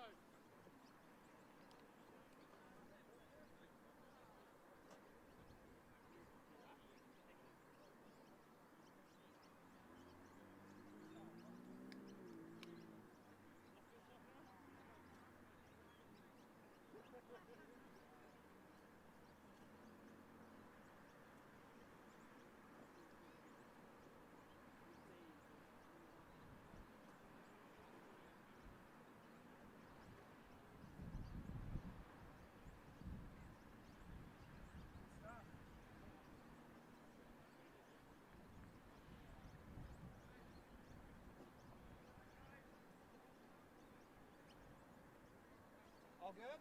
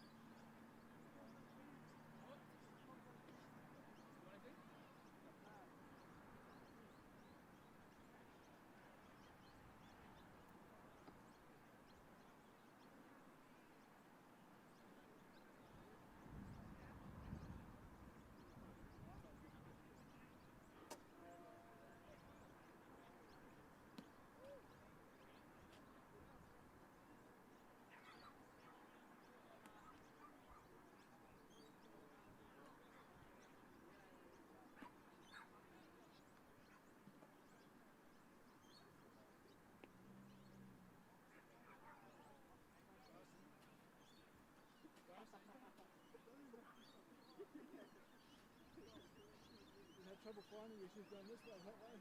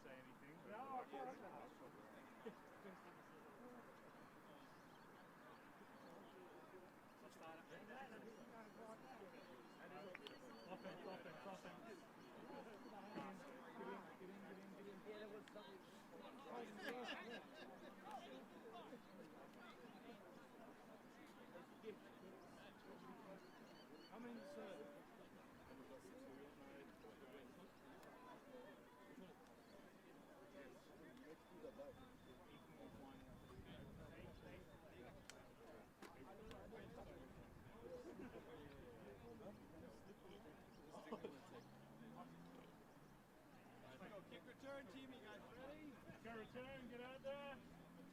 Good guys. They want to close on 2.5 time one.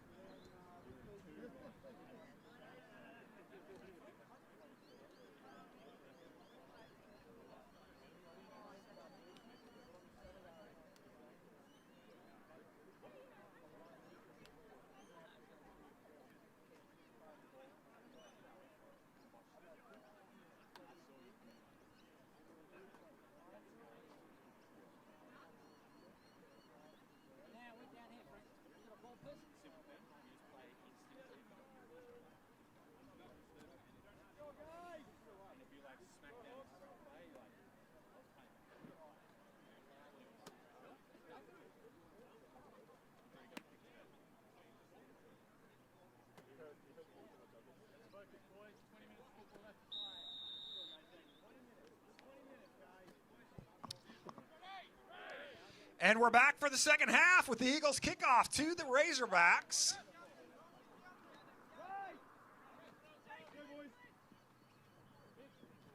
And there we go. The Hogs bring it all the way out to about the Razorback 33, 32-yard line. Couple of stats to share. Yards for the first half, the Hogs had 185, the Eagles 128. Usually the Hogs had 27 plays, the Eagles 19, and you think, gee, the Hogs had more than that. But the Eagles had the first possession, and they had the last possession. Take those out, and it was almost the Hogs with the ball the entire half. Yeah. But in terms of offensively, yards per play, very, very even.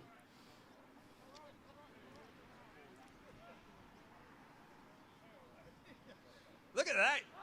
Big number 77, Gavin Jones, lined up as a fullback. Lead blocking. That's a road train.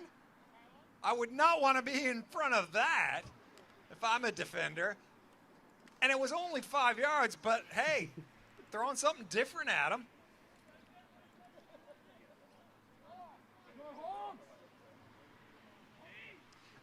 again he lines up as a fullback. And again, Bagheera gets the ball.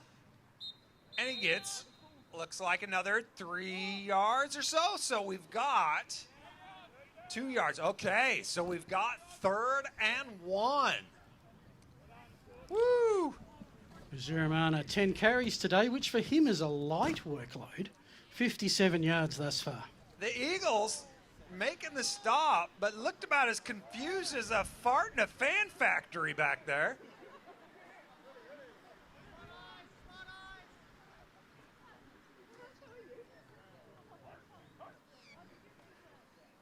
And again, 3 straight snaps to Bagheera, and he gets the first down.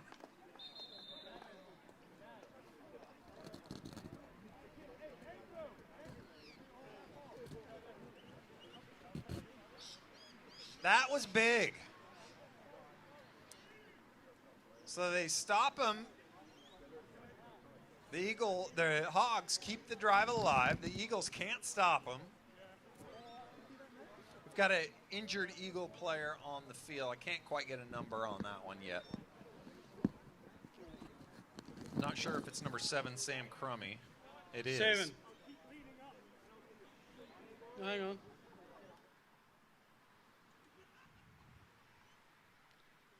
Sam, a long time. 7 or 2, depending on how their numbers are worked. Longtime quarterback for the Eagles. Now has kind of moved over to the defensive side of the ball. Played defensive for the state team, the Sharks. Unfortunately, it looks like it's a knee. We'll leave that up to the trainers before we speculate on anything there. You just never like to see a player down and in pain. You just get the feeling today that someone doesn't want this game to be played. Yeah. But thankfully, but player safety is always paramount. Not too sure about the player's safety with a knotted chain, but certainly the lightning very important, and certainly the injuries. Very important too. So at halftime, my message, if I'm a coach and I'm talking to either team, my message to both teams really, and it's not very often where I would think both teams would have the same general gist, but it's keep doing what you're doing. The Eagles are finding a way. They've really kind of turned around. They've made some adjustments on defense. They've stopped that middle pass. I think they're dropping that linebacker and clogging up that middle. So that's taken that away from the Hogs, which they found success with. So I just keep doing what I'm doing if I'm the Eagles, and then same with the Hogs. They're grinding out. They got stopped there a little bit, but by and large, they've been able statistically to move it up and down the field. Yeah, well, the stats can always tell different pictures. The Eagles are close to the Hogs in some areas, but it's that one 70-yard play. Take your best play out of the equation, and the Hogs have dominated, especially when they have the ball. Just the one fumble and the 1 3 and out. Everything else has been a long drive, and they're starting the third quarter in very much the same fashion. So luckily, Crummy's able to get off the field, although not under his own power. To give again is to be Andrew, and Andrew takes the ball. So the Hogs are really trying to establish the run game, especially by using that. They're going with that jumbo set, almost similar to what you see with the Cowboys. God bless the Cowboys. The greatest team in the NFL, by the way.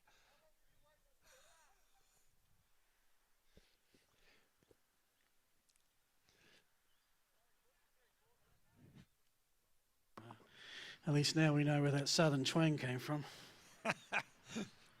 So, 2nd and 10. Let's see if they give the run again or they make the pass. The give is to Andrew, who takes it around the right side, breaks contain, and he's got a Hogs first down. Just what the doctor ordered. Zuramana is up to 79 yards off 13 carries, and he has been the Hogs offense for this third quarter. Yeah, he really has. He's going to get long service leave at this rate.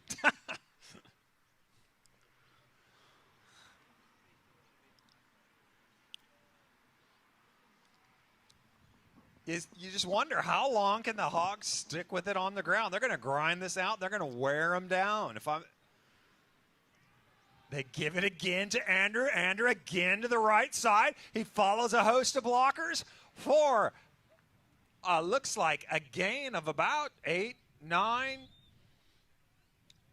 No, is it a first down? No, so we got 2nd and 1. Yes, I have a feeling the Hogs are just waiting for those Eagles defenders to 100% commit to the run and then try something a little different. You're exactly right. And if I'm the Hogs, this is where I take my shot. 2nd and 1. And guess what they do? Except it's a quick pass to guess who? Mitch Olive over on that right side. And Mitch is such a smart player. He just knows how to protect himself and the ball. He gets the first down. He lays down, gets the first down. He doesn't necessarily try and get another 2, 3, 4 yards by breaking a tackle. He just knows what to do. He's such an intelligent player.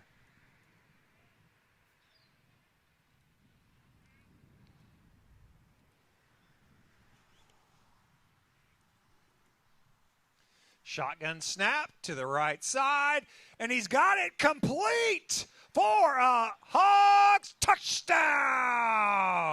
Number 15, Theo Ashley on the reception. And just like that, the Hogs are on the board again.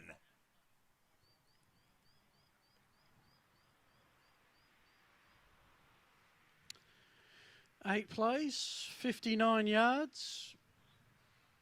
Ran, and then a couple of throws, and they've extended a 7-point lead to 13 with the conversion to come. But that's as an impressive offensive drive as you will see anywhere.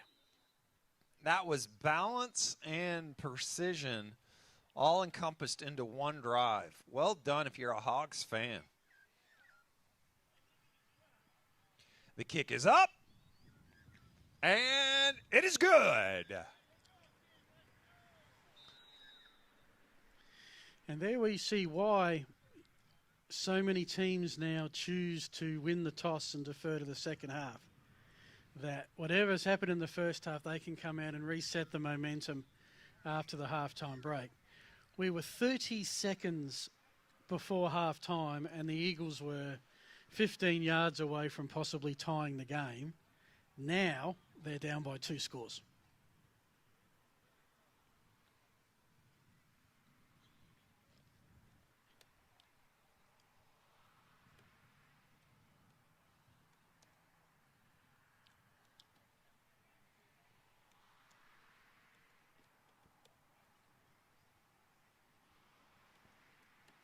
So what are we going to see here from the Eagles? Are we going to see a little vim and vinegar when they get the ball? Are they going to show a little attitude, or are they going to give us a 3 and out?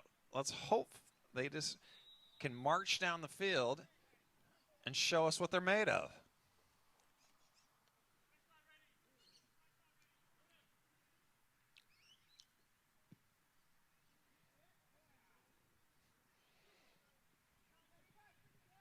Ronaldo dances around, but he brings it out of the end zone. You weren't sure what he's going to do, but he breaks 1 tackle, breaks 2 tackles, and he takes it all the way out to about the 30-yard line or so. 25, maybe? I reckon you're going to be fairly close with the 30. That's a lot of work for an extra 10 yards, but it does show that the Eagles aren't going to concede much, and they're going to take the game on where they can. You like that attitude. He kind of fooled him a little bit into thinking he was just going to take a knee, but then he brought it out. To the 35. Great run back. There you go. Little interesting fact, we said it last week on the broadcast, but Ronaldo from Sydney came to Adelaide via for work, but did end up playing a little JUCO over in the States in Kansas. Holding, number 19 of the Eagles during the return. Be assessed as 10 yards from the 25-yard line. First down. Ouch. Yeah. And that's pretty much all of that extra yardage he's got. He's just given back to the bank. Again, so frustrating if you're a coach seeing that. The nonsensical penalties. Yeah, but then again, if there wasn't the hold, would he have got the yards, I guess, is always the counter argument. So Eagles have had a chance to have a think about this. So half-time break, a long Hogs drive. Let's see what they've put together here, 1st and 10. Jesse Whiten goes with the option around the right side. And a good run. Turn the corner. That's 13-yard gain, I think. Chains on the move. Good first play, first down run. If they can get Ronaldo into a groove, he is a tough man to beat. 60 yards off 9 plays. Any running back will take that. 1st and 10.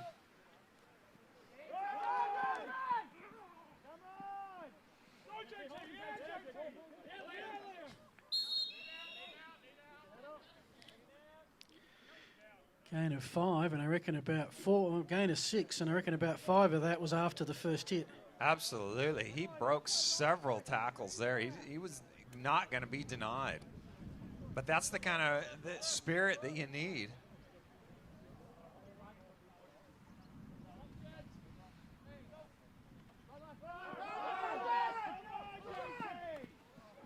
Look at that, breaking tackles all the way on the near sideline. They had him dead to rights, but he made something out of nothing.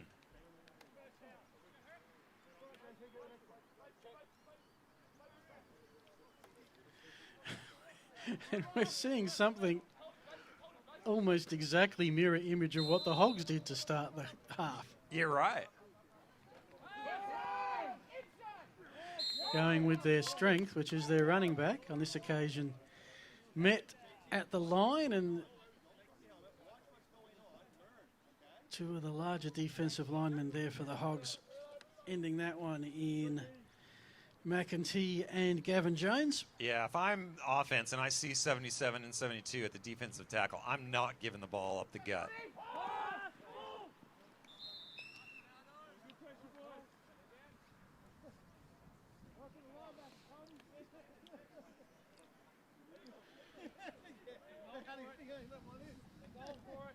So you can see on that one, the pass is just short of the receiver. Just needs to step into it a little bit more if I'm Whiten, the quarterback.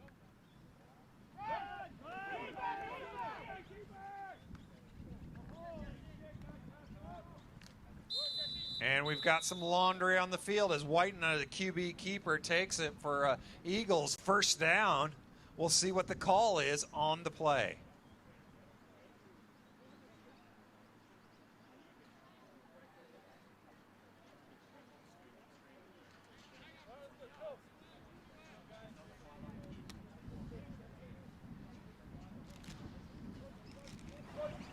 Legal block in the back.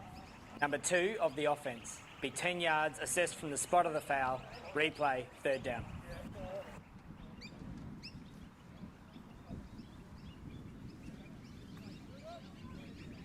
Number 2, Ryan with the penalty.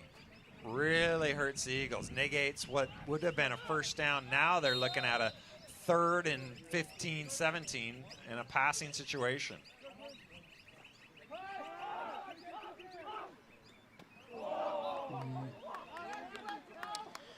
Well, sometimes penalties can be drive killers, and that one fits the definition. Incomplete play, 4th down, although it's just at that part of the field where you've got to assess your options. I reckon if it was 4th down and a bit shorter, the Eagles might go for it, but the odds of 4th and 15 converting are pretty low, hence why they're in the punt formation. You got it. What looks like a directional pooch punt. Really good punt all the way down inside the 10 to the 9-yard line. Well done, Eagles. The Hogs are going to be backed up in their own field. Just a 37-yard punt, but of high value.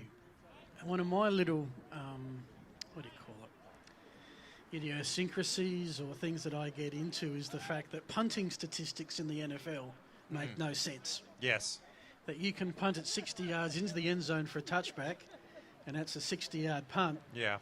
You can punt it to the 10, that's a 50-yard punt. I know which one I'd prefer to have. Yeah. So they should have, we've got a quarterback rating. They should have a punter's rating. Yeah, absolutely. Except they're punters, and nobody really cares about punters. Except if you're from Australia, and that's, we're going to dominate. And the give is to Andrew up the gut. You got to like this Eagles defensive line and the way they've started to turn it around. They're making some plays. Big number 69 for the Eagles. Your first down play is always so critical. It sets up the rest. And if the Hogs get 7 or 8 yards and it opens up your playbook at 2nd and 2, you get a couple of good shots to get that first down. Now, you got to think it through a bit more.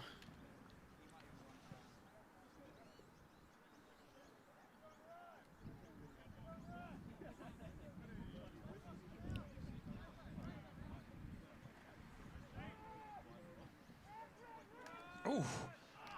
Oh! Tough yard to one, loss of a yard. Tough one to lose.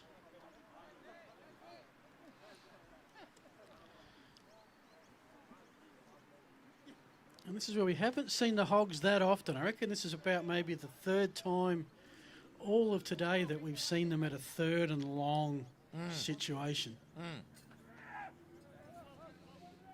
The Hogs have been going with this, putting Gavin Jones in this modified wing, almost as an extra tight end blocker. And the give is to big Andrew, who takes it around the right side. And guess what he's got? You know it.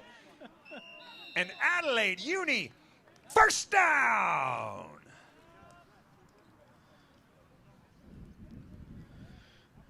That's for me, Bajiraman, 16 carries, 99 yards. I should go through the videotape and just see if I can find an extra one somewhere. I think he'll take care of that very shortly. But that's a hell of a 3rd and 10. You don't see the running play that often. Luckily, I've got him on my Gassa fantasy team, so I'm very happy about that. You'd just have anything in maroon in there, wouldn't you?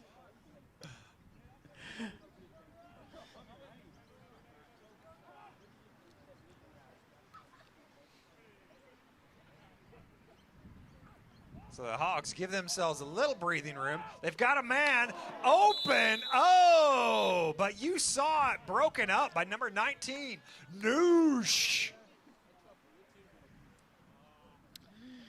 Just on the quarterback play of the Hogs, that was pass attempt number 19 for 15 completions, 154 yards, 2 touchdowns, and 0 interceptions. You haven't heard us call 19 Noosh's name very much this game, but he is a good cornerback. Played cornerback for the state team, the Sharks.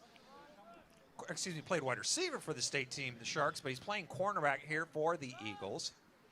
Give is to Big Andrew up around the left side. Got nothing going there. Brought down by big number 36, who says, not in my end of the field. James Paul on the behind the field tackle, and again the Hogs 3rd and long. They converted the last one. This is 3 yards harder.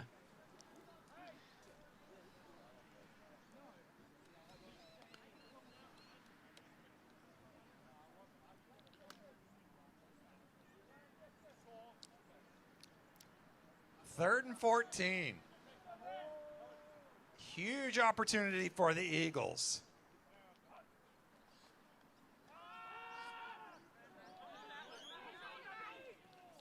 Oh! And Mitch Olive gets his hand on the ball. We don't see any flags, so look at that. The Eagles make their stop. And it's exactly what they needed, which brings up a Hog. 4th down, 4th and 14.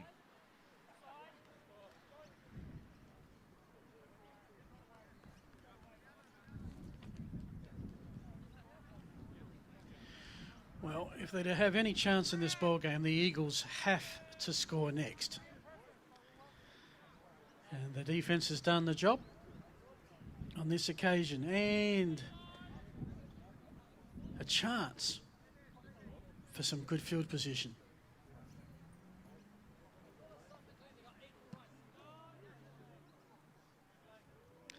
On this occasion, Olive has struggled. Well, that is just the most amazing punt. Yeah. And I'll get you the yardage in a sec. But he struggled punting from the right hash mark to get it out of bounds. On this occasion, there was no way that was going to be caught. And that's one of tight the angle. He's done very well.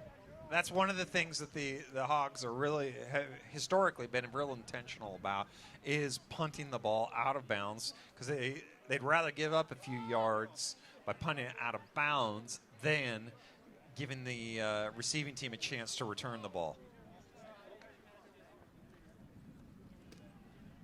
32. So what do you think? If you're the Eagles, do you change anything up? Do you do anything different? Or do you just try and stick with what you're doing? Yeah, it's the passing game that needs to step up to give them. I mean, they've had one big passing play. Yeah. To get the balance, to have the run, they've got to get some receivers. And it's a quick screen pass over to the right side, to the near sideline. He breaks 1 tackle. He breaks 2 tackle. There's Ronaldo showing what a dynamic runner he is. Ronaldo for the first down. That's a 26-yard play. 3/4 time. Right on 3/4 time. And just like that, they say, okay, if we can't throw it deep, we'll do a quick completion to our most dynamic player we've got on the field right now and let him work, and he does. If you're going to have a good offense, get it to your best playmaker in open field. We tend to overcomplicate football. We just want to make it really dynamic, when in reality, sometimes it's just what you said. Just get it to your best player.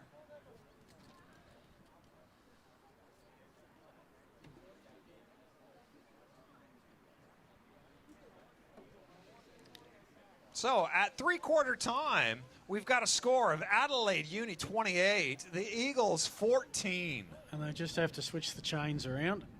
Let's hope they're not knotted. Yeah, that's good. I have a feeling they're going to put the chains away with extra care tonight. Yeah. Well, this is still a ball game. And it always struck me, this one, was the Eagles could throw a punch or two. How long could they stick with the Hogs? They're down by 2 scores, which is usually enough in this grade. But if the Eagles score again, they make it interesting. 1st and 10. And we've got a pitch to the right side to Ronaldo.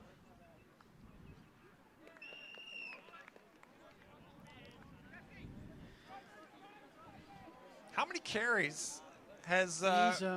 He's getting up there. Yeah. That is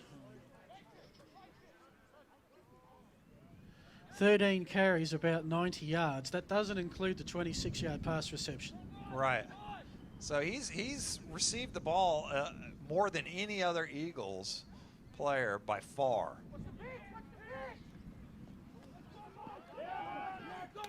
Oh! Brought down by big number 33, Paul Munsey. But again, a good gain.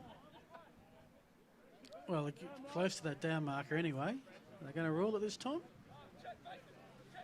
No. Oh, so close. Surely this is 4-down territory.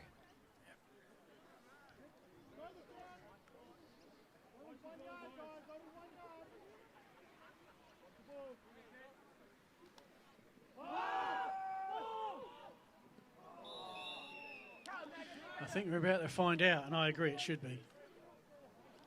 I'm a little surprised at that play call, honestly, the pass on a 3rd and inches. But because it's 4th down territory, it becomes like a 2nd and inches, so you try things. Yeah. And, of course, this is where the quarterback being in the shotgun's interesting. Does he get it? I don't know. He had contact in the backfield. Oh, we might need those chains. He broke the tackle, but was he stopped? Was he down before he got that first down? Well, yeah, the down marker's got it right. It's first down. We just don't know who's first down. Again, big number 33, Paul Munsey. Yeah, he and they haven't brought the chains out, which is interesting, but it is a turnover on downs. First time we've seen that today. Yeah. And that is huge. That they had 2 plays to get half a yard. In fact, they had 3 plays to get a yard and came up short. I'm old school in that type of situation, even though it's only inches. I run it up the gut on the 3rd down. But the Eagles have a plan. Here's the thing. When your quarterback's in a shotgun, that's not a play you run out of the shotgun if you have a quarterback who can go under center. Yeah. But anyway, it's easy from up here. Yeah. Hogs got the ball, and they give to, guess who? Andrew, around the right side, who takes it, and a host of Eagles for about 3, 4, 5 yards.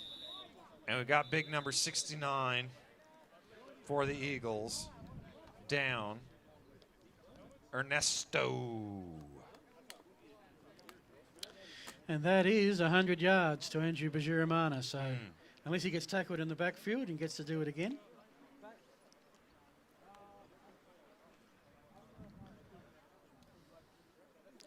Been a warm one today. Yeah. Compared with what you get earlier in the season. For those watching stateside, of course, it's spring football here. Going from a winter into a summer. Summers in Adelaide, daytime, tend to be dry and hot and somewhere in the 90s to 100 Fahrenheit. Don't use lights here that often, hence why the season is used to be traditionally summer, end of November to mid-March. Now it's probably the last 7, probably since you turned up actually. Did you have an influence in this? Moved it to a milder climate? It's interesting just having played and coached in the States and now coached here. From a player perspective, it's much better playing in the cooler weather. From a fan perspective, it's much nicer being in this warmer environment. Yeah, you did get some stinkers. That said, I can remember many a night at the old grounds of Norwood and Theberton and the Pine Stadium where it was, you'd bring your overcoat, gloves.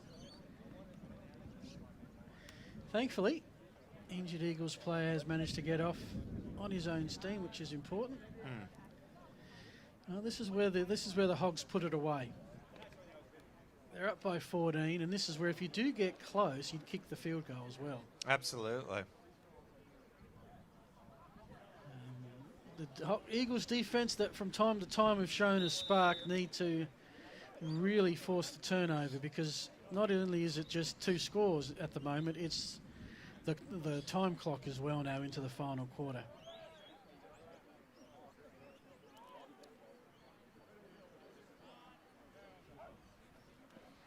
Pat Ryan gives it to, yes, Andrew up the gut. And this is where just the Hogs conditioning comes into play. I know that they spend probably a good 40 minutes at every practice just on pure conditioning. And this is the time of the game when it shows up. And they just, especially those big bodies, they just start wearing on you.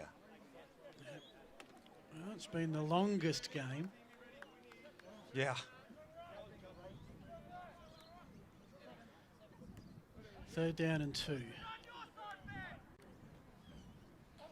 Pat Ryan keeps it around the right side. He's got some blockers, and he takes it all the way down inside the 30 to about the 27-yard line. As we've got a couple Eagles down. Well done, Pat Ryan. Haven't seen him do that a terrible amount, a lot, but he pulled it there, and very successful play on that one. He does have the ability to run the ball. He is sneaky fast. Of course, scored a touchdown on a keeper play. And just like that, we see number 69 back out on the field. Ernesto for the Eagles. Glad to see he's doing all right. They need a little girth up the middle there.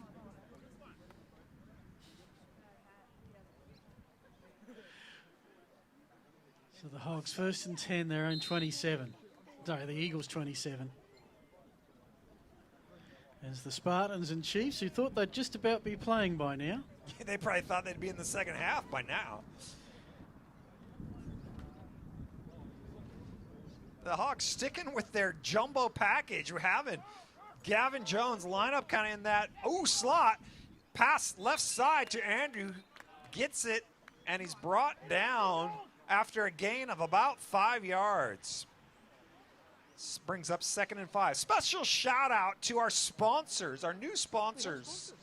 Yes, we do. Of the league, Surgical Solutions. We're very grateful that Surgical Solutions is really trying to promote grassroots sports here in Adelaide and has thrown their endorsement behind Gridiron Association of South Australia. So we're very grateful to Surgical Solutions. Don't get much more grassroots than Riverside Oval.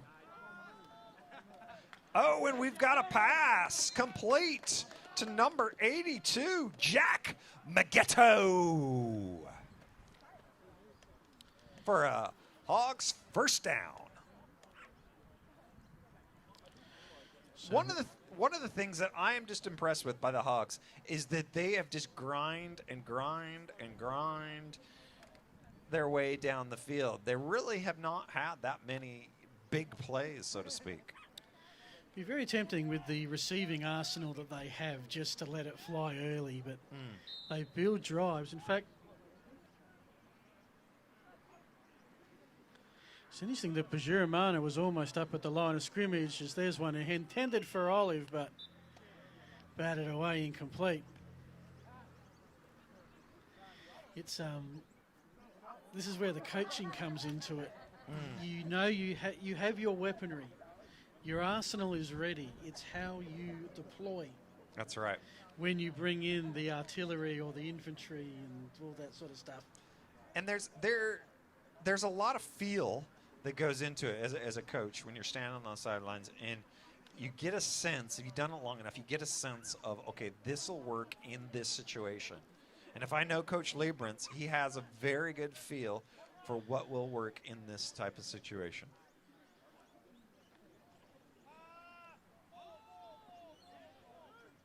Like that. Olive, I think, there's a flag on the play, so we hold judgment.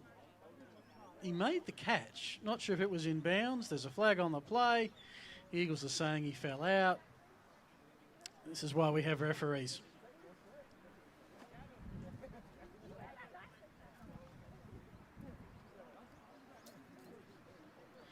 But you're right, and it's an interesting one, this competition, because it's 4 clubs, because you play each other 3 times, because they all come together and play state. There's a lot of prior knowledge that comes into this. Unlike, say, a NFL where you might play a team once every 4 years if they're in a different conference or division. By the time you get to this point of the season, this is their 3rd meeting. Yes. And they've actually they've all run similar chapters. The Eagles, I think, were 7-all in the first game. They scored first in the second. They put 2 touchdowns on the board here. But the Hogs find a way to work their way and be dominant by the end of the game. Holding, number 19 of the defence. It's a 10-yard penalty. Will be first down by yardage.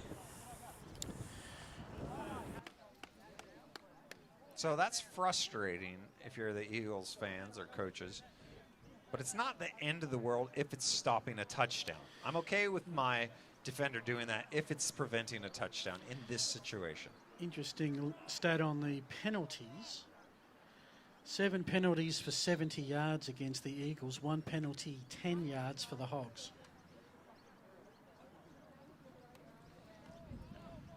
He throws it to Bagariama, who breaks 1 tackle, breaks 2 tackles, and he's in for the touchdown. Pat Ryan to Andrew Bagariama. Whether it's on the ground or in the air, you're seeing him dominate the field, having arguably his best season yet so far. Number 13, Andrew Bagariama. Well, third touchdown pass to Ryan for the day. And yeah, they've got weapons all right. Here's one of them, Olive. You can kick. He had one that hit the sidebar. That'll give him something to work during the week, but he's probably a 80% kicker with those extra points. And at Gridiron SA level, that's exceptional. And that's your ball game. That's dead set 35-14. Thanks for coming. Bring on the Spartans and Chiefs very shortly. It's interesting. The Hogs' attitude has just been, okay, we'll take what you give us, and we'll adjust. And in the first half, that was the middle of the field. The Eagles stopped that, which has now opened up the flats. And you're seeing Pat Ryan and this Hogs offense say, okay, we're going to put it to the outside. And they've done that, and they've had success moving the ball down the field that way. Whether it's through the run or through the pass, they've really relied on 13, Andrew Bagariama. Yeah, I think he's your MVP favourite, probably by the length of the straight, and there's only really who else in the Hogs. Maybe a Pat Ryan, maybe a Mitch Olive is there to compete for that title at the moment. And here comes number 21. Breaks one, breaks two. He could go all the way. Touchdown, Eagles. Caca, caca. 103 yards down the Eagles sideline, just waiting for him to get the nudge, the bump out of bounds. It never happened, and he said, we're going to have an MVP conversation. Remember me? Yeah. Look at that. That shows you how a perfect example of how dangerous he is. Ronaldo for the touchdown. You know, the Spartans and Eagles played a game that was 14-9, their only matchup. And they're going to play each other to play the Hogs in the championship game. That's the way this season's set up. And if the Eagles do get through, they go in and the Hogs will have the knowledge that the Spartans will grind you out. The Eagles just have this spark that they can score from anywhere at any time. This is true. Their issue is more the consistency of play.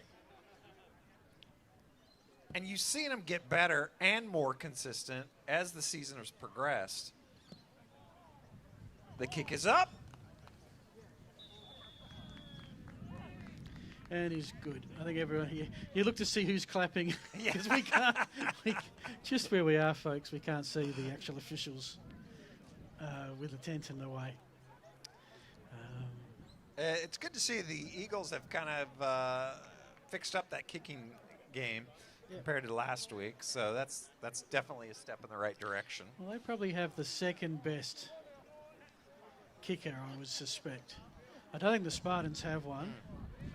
And I'm trying to recall the Chiefs. Unfortunately, they haven't scored a lot to... Yeah, I'll stand by that. It's easy when it's 4 teams to work through. But heck, this has been a great game. What have we got? 35-21, 54 points. 8 touchdowns. I took the under going into this game, and boy, I lost that bet. There's a line. Well, we don't really talk about that. It's a bit like the New York Colts game that was going down to the line, and the commentators really couldn't mention it except to say there'll be quite a few people interested in how this series finishes on a 15-point game with 2 minutes to go with the line at 11. Well, when I grew up in the NFL, they used to, even if time expired, they used to make them kick a field goal no matter, or the extra point no matter what, because of the betting influence. So they don't do that anymore. Yeah, I had the Jets to cover, so I'm not going to talk about that anymore. Yeah. Kick out of bounds. Hogs will get it. I know. Yeah, let's see if they'll run out the game here.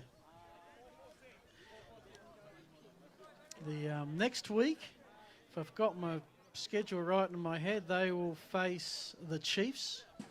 So the undefeated against the current winless. Of course, Chiefs have got a game coming up today. If the Hogs win that, then they've locked in another berth in the Great Southern Bowl with a couple of games still to spare. Then they'll finish with the Spartans and the finale against the Chiefs before a week off. And December 11, the day to mark in your calendar to be down here for the grand final. Absolutely. It's always guaranteed to be great weather, and it should be a great matchup this season. First and 10, Hogs ball. The give is to Andrew Bagariama around the right side. And he's driven out of bounds by a host of Eagles.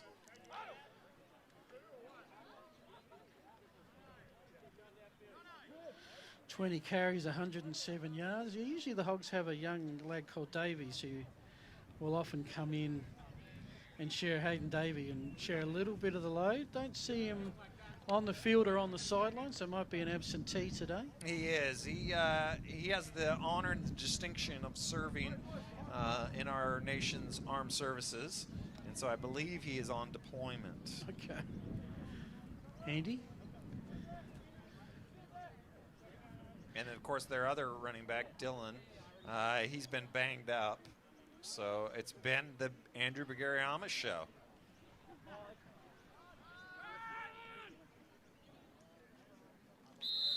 Yeah, it's carry number 21. Not sure if he's going to add to his 107 yards too much on that occasion. And that's rushing yards. Doesn't include at least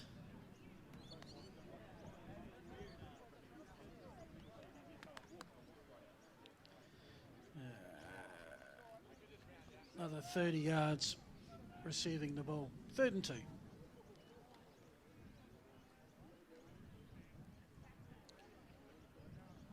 Pat Ryan going under center. Don't see that too often. Gives to Andrew. Breaks it around the left side. He says, I can run right, I can run left.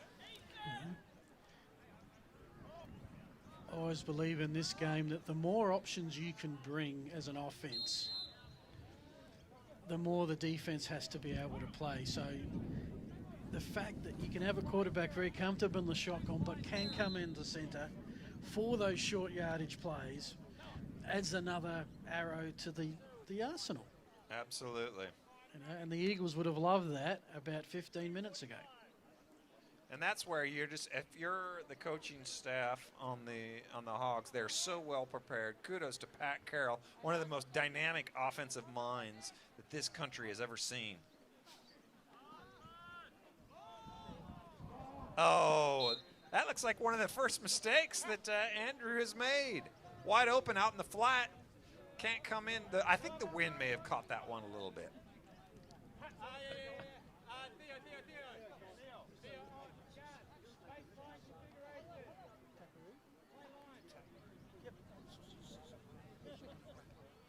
Okay.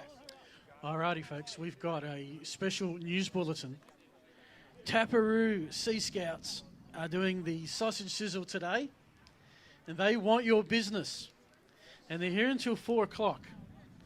So if you're peckish, and I know between games you'll certainly get my indulgence, because I'm definitely peckish. This has been a long game. Check them out in the clubhouse pocket. 2nd and 10. Pat Ryan keeps it, takes it around the right side. He's got a couple men to beat, and he's grabbed and brought out of bounds at the 40-yard line.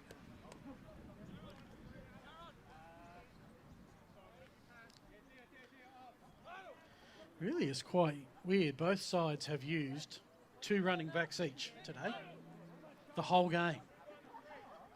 Their workhorses and their quarterback. Yeah.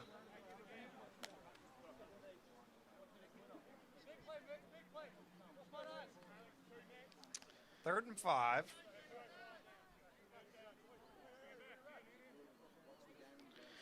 Not sure how much time is left, but this down 2 scores, third down. If the Eagles do have a faint flicker of hope, this is the play they need to stop the Hogs. Gavin Jones lined up as an array. Oh, he tried.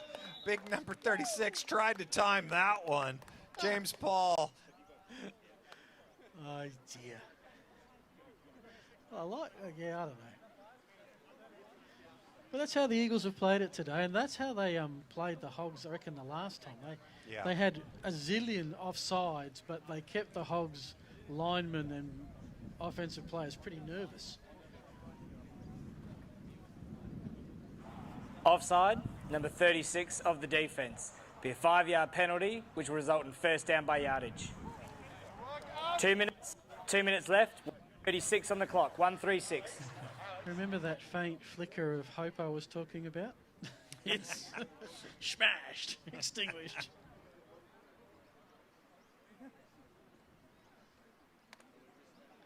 Although they said first down by yardage, and not quite reflected on the crew yet. Correction, due to our fabulous field markings, we are short. All right, so the Eagles can possibly stop the Hogs. That flicker is just faintly back. And look at that. Oh, my goodness. Oh, goodness me. They moved the pile like a herd of buffalo. Well, we are at the home of the Pirates Rugby Union. That was a dead set scrum. I would not have been wanted to be on the bottom of that, but luckily number big 64 Adam Dingley showing his moxie and throwing his weight around. Oh, you could just about power a suburb with that amount of energy being unleashed on that play. But it is a first down, and that should be all she wrote. The Hogs will, I think, look to run out this 2 minutes, take the win, and go 6-0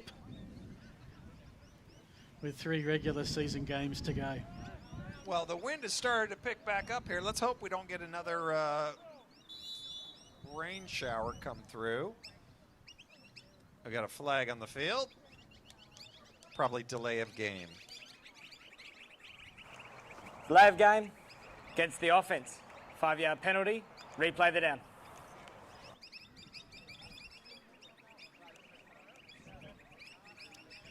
Just the second penalty against the Hogs all day. And I almost wonder if that was sort of deliberate. Wind down as much clock as you can. I think so. Just giving some sort of a benefit of the doubt there. I just wonder if they're just going to kneel this out and call it a game. It has that look, doesn't it? It does. They're racing to the line of scrimmage. They didn't even really set for the second. No, they didn't. Nobody cares. Let's get out of here. And there's your ball game, folks. Well, 3 hours and 16 seconds after the scheduled starting time, and about 3 hours after the actual starting time, we're done. And that was a heck of a football game. If you're here, folks, at Riverside, make sure you give your team some applause, because the Hogs, again, brilliant. Again, 5 touchdowns. Dynasty rolls on. But the Eagles, they threw their share of punches, and if they can make it to the championship game, well, weird things happen. And Brad, it has been an absolute pleasure. Likewise. I look forward to the future and announcing more games with you. I get to go celebrate my daughter's birthday, so I'm going to call it a day from here. So just me for the second game, just you next week, and then we're back to give the 1-2 punch for week 8. But congratulations to the Hogs. The final score at Riverside, Adelaide Uni 35. UniSA 21, a 14-point win. We'll be back after the mandatory half-hour break with the Spartans and the Chiefs.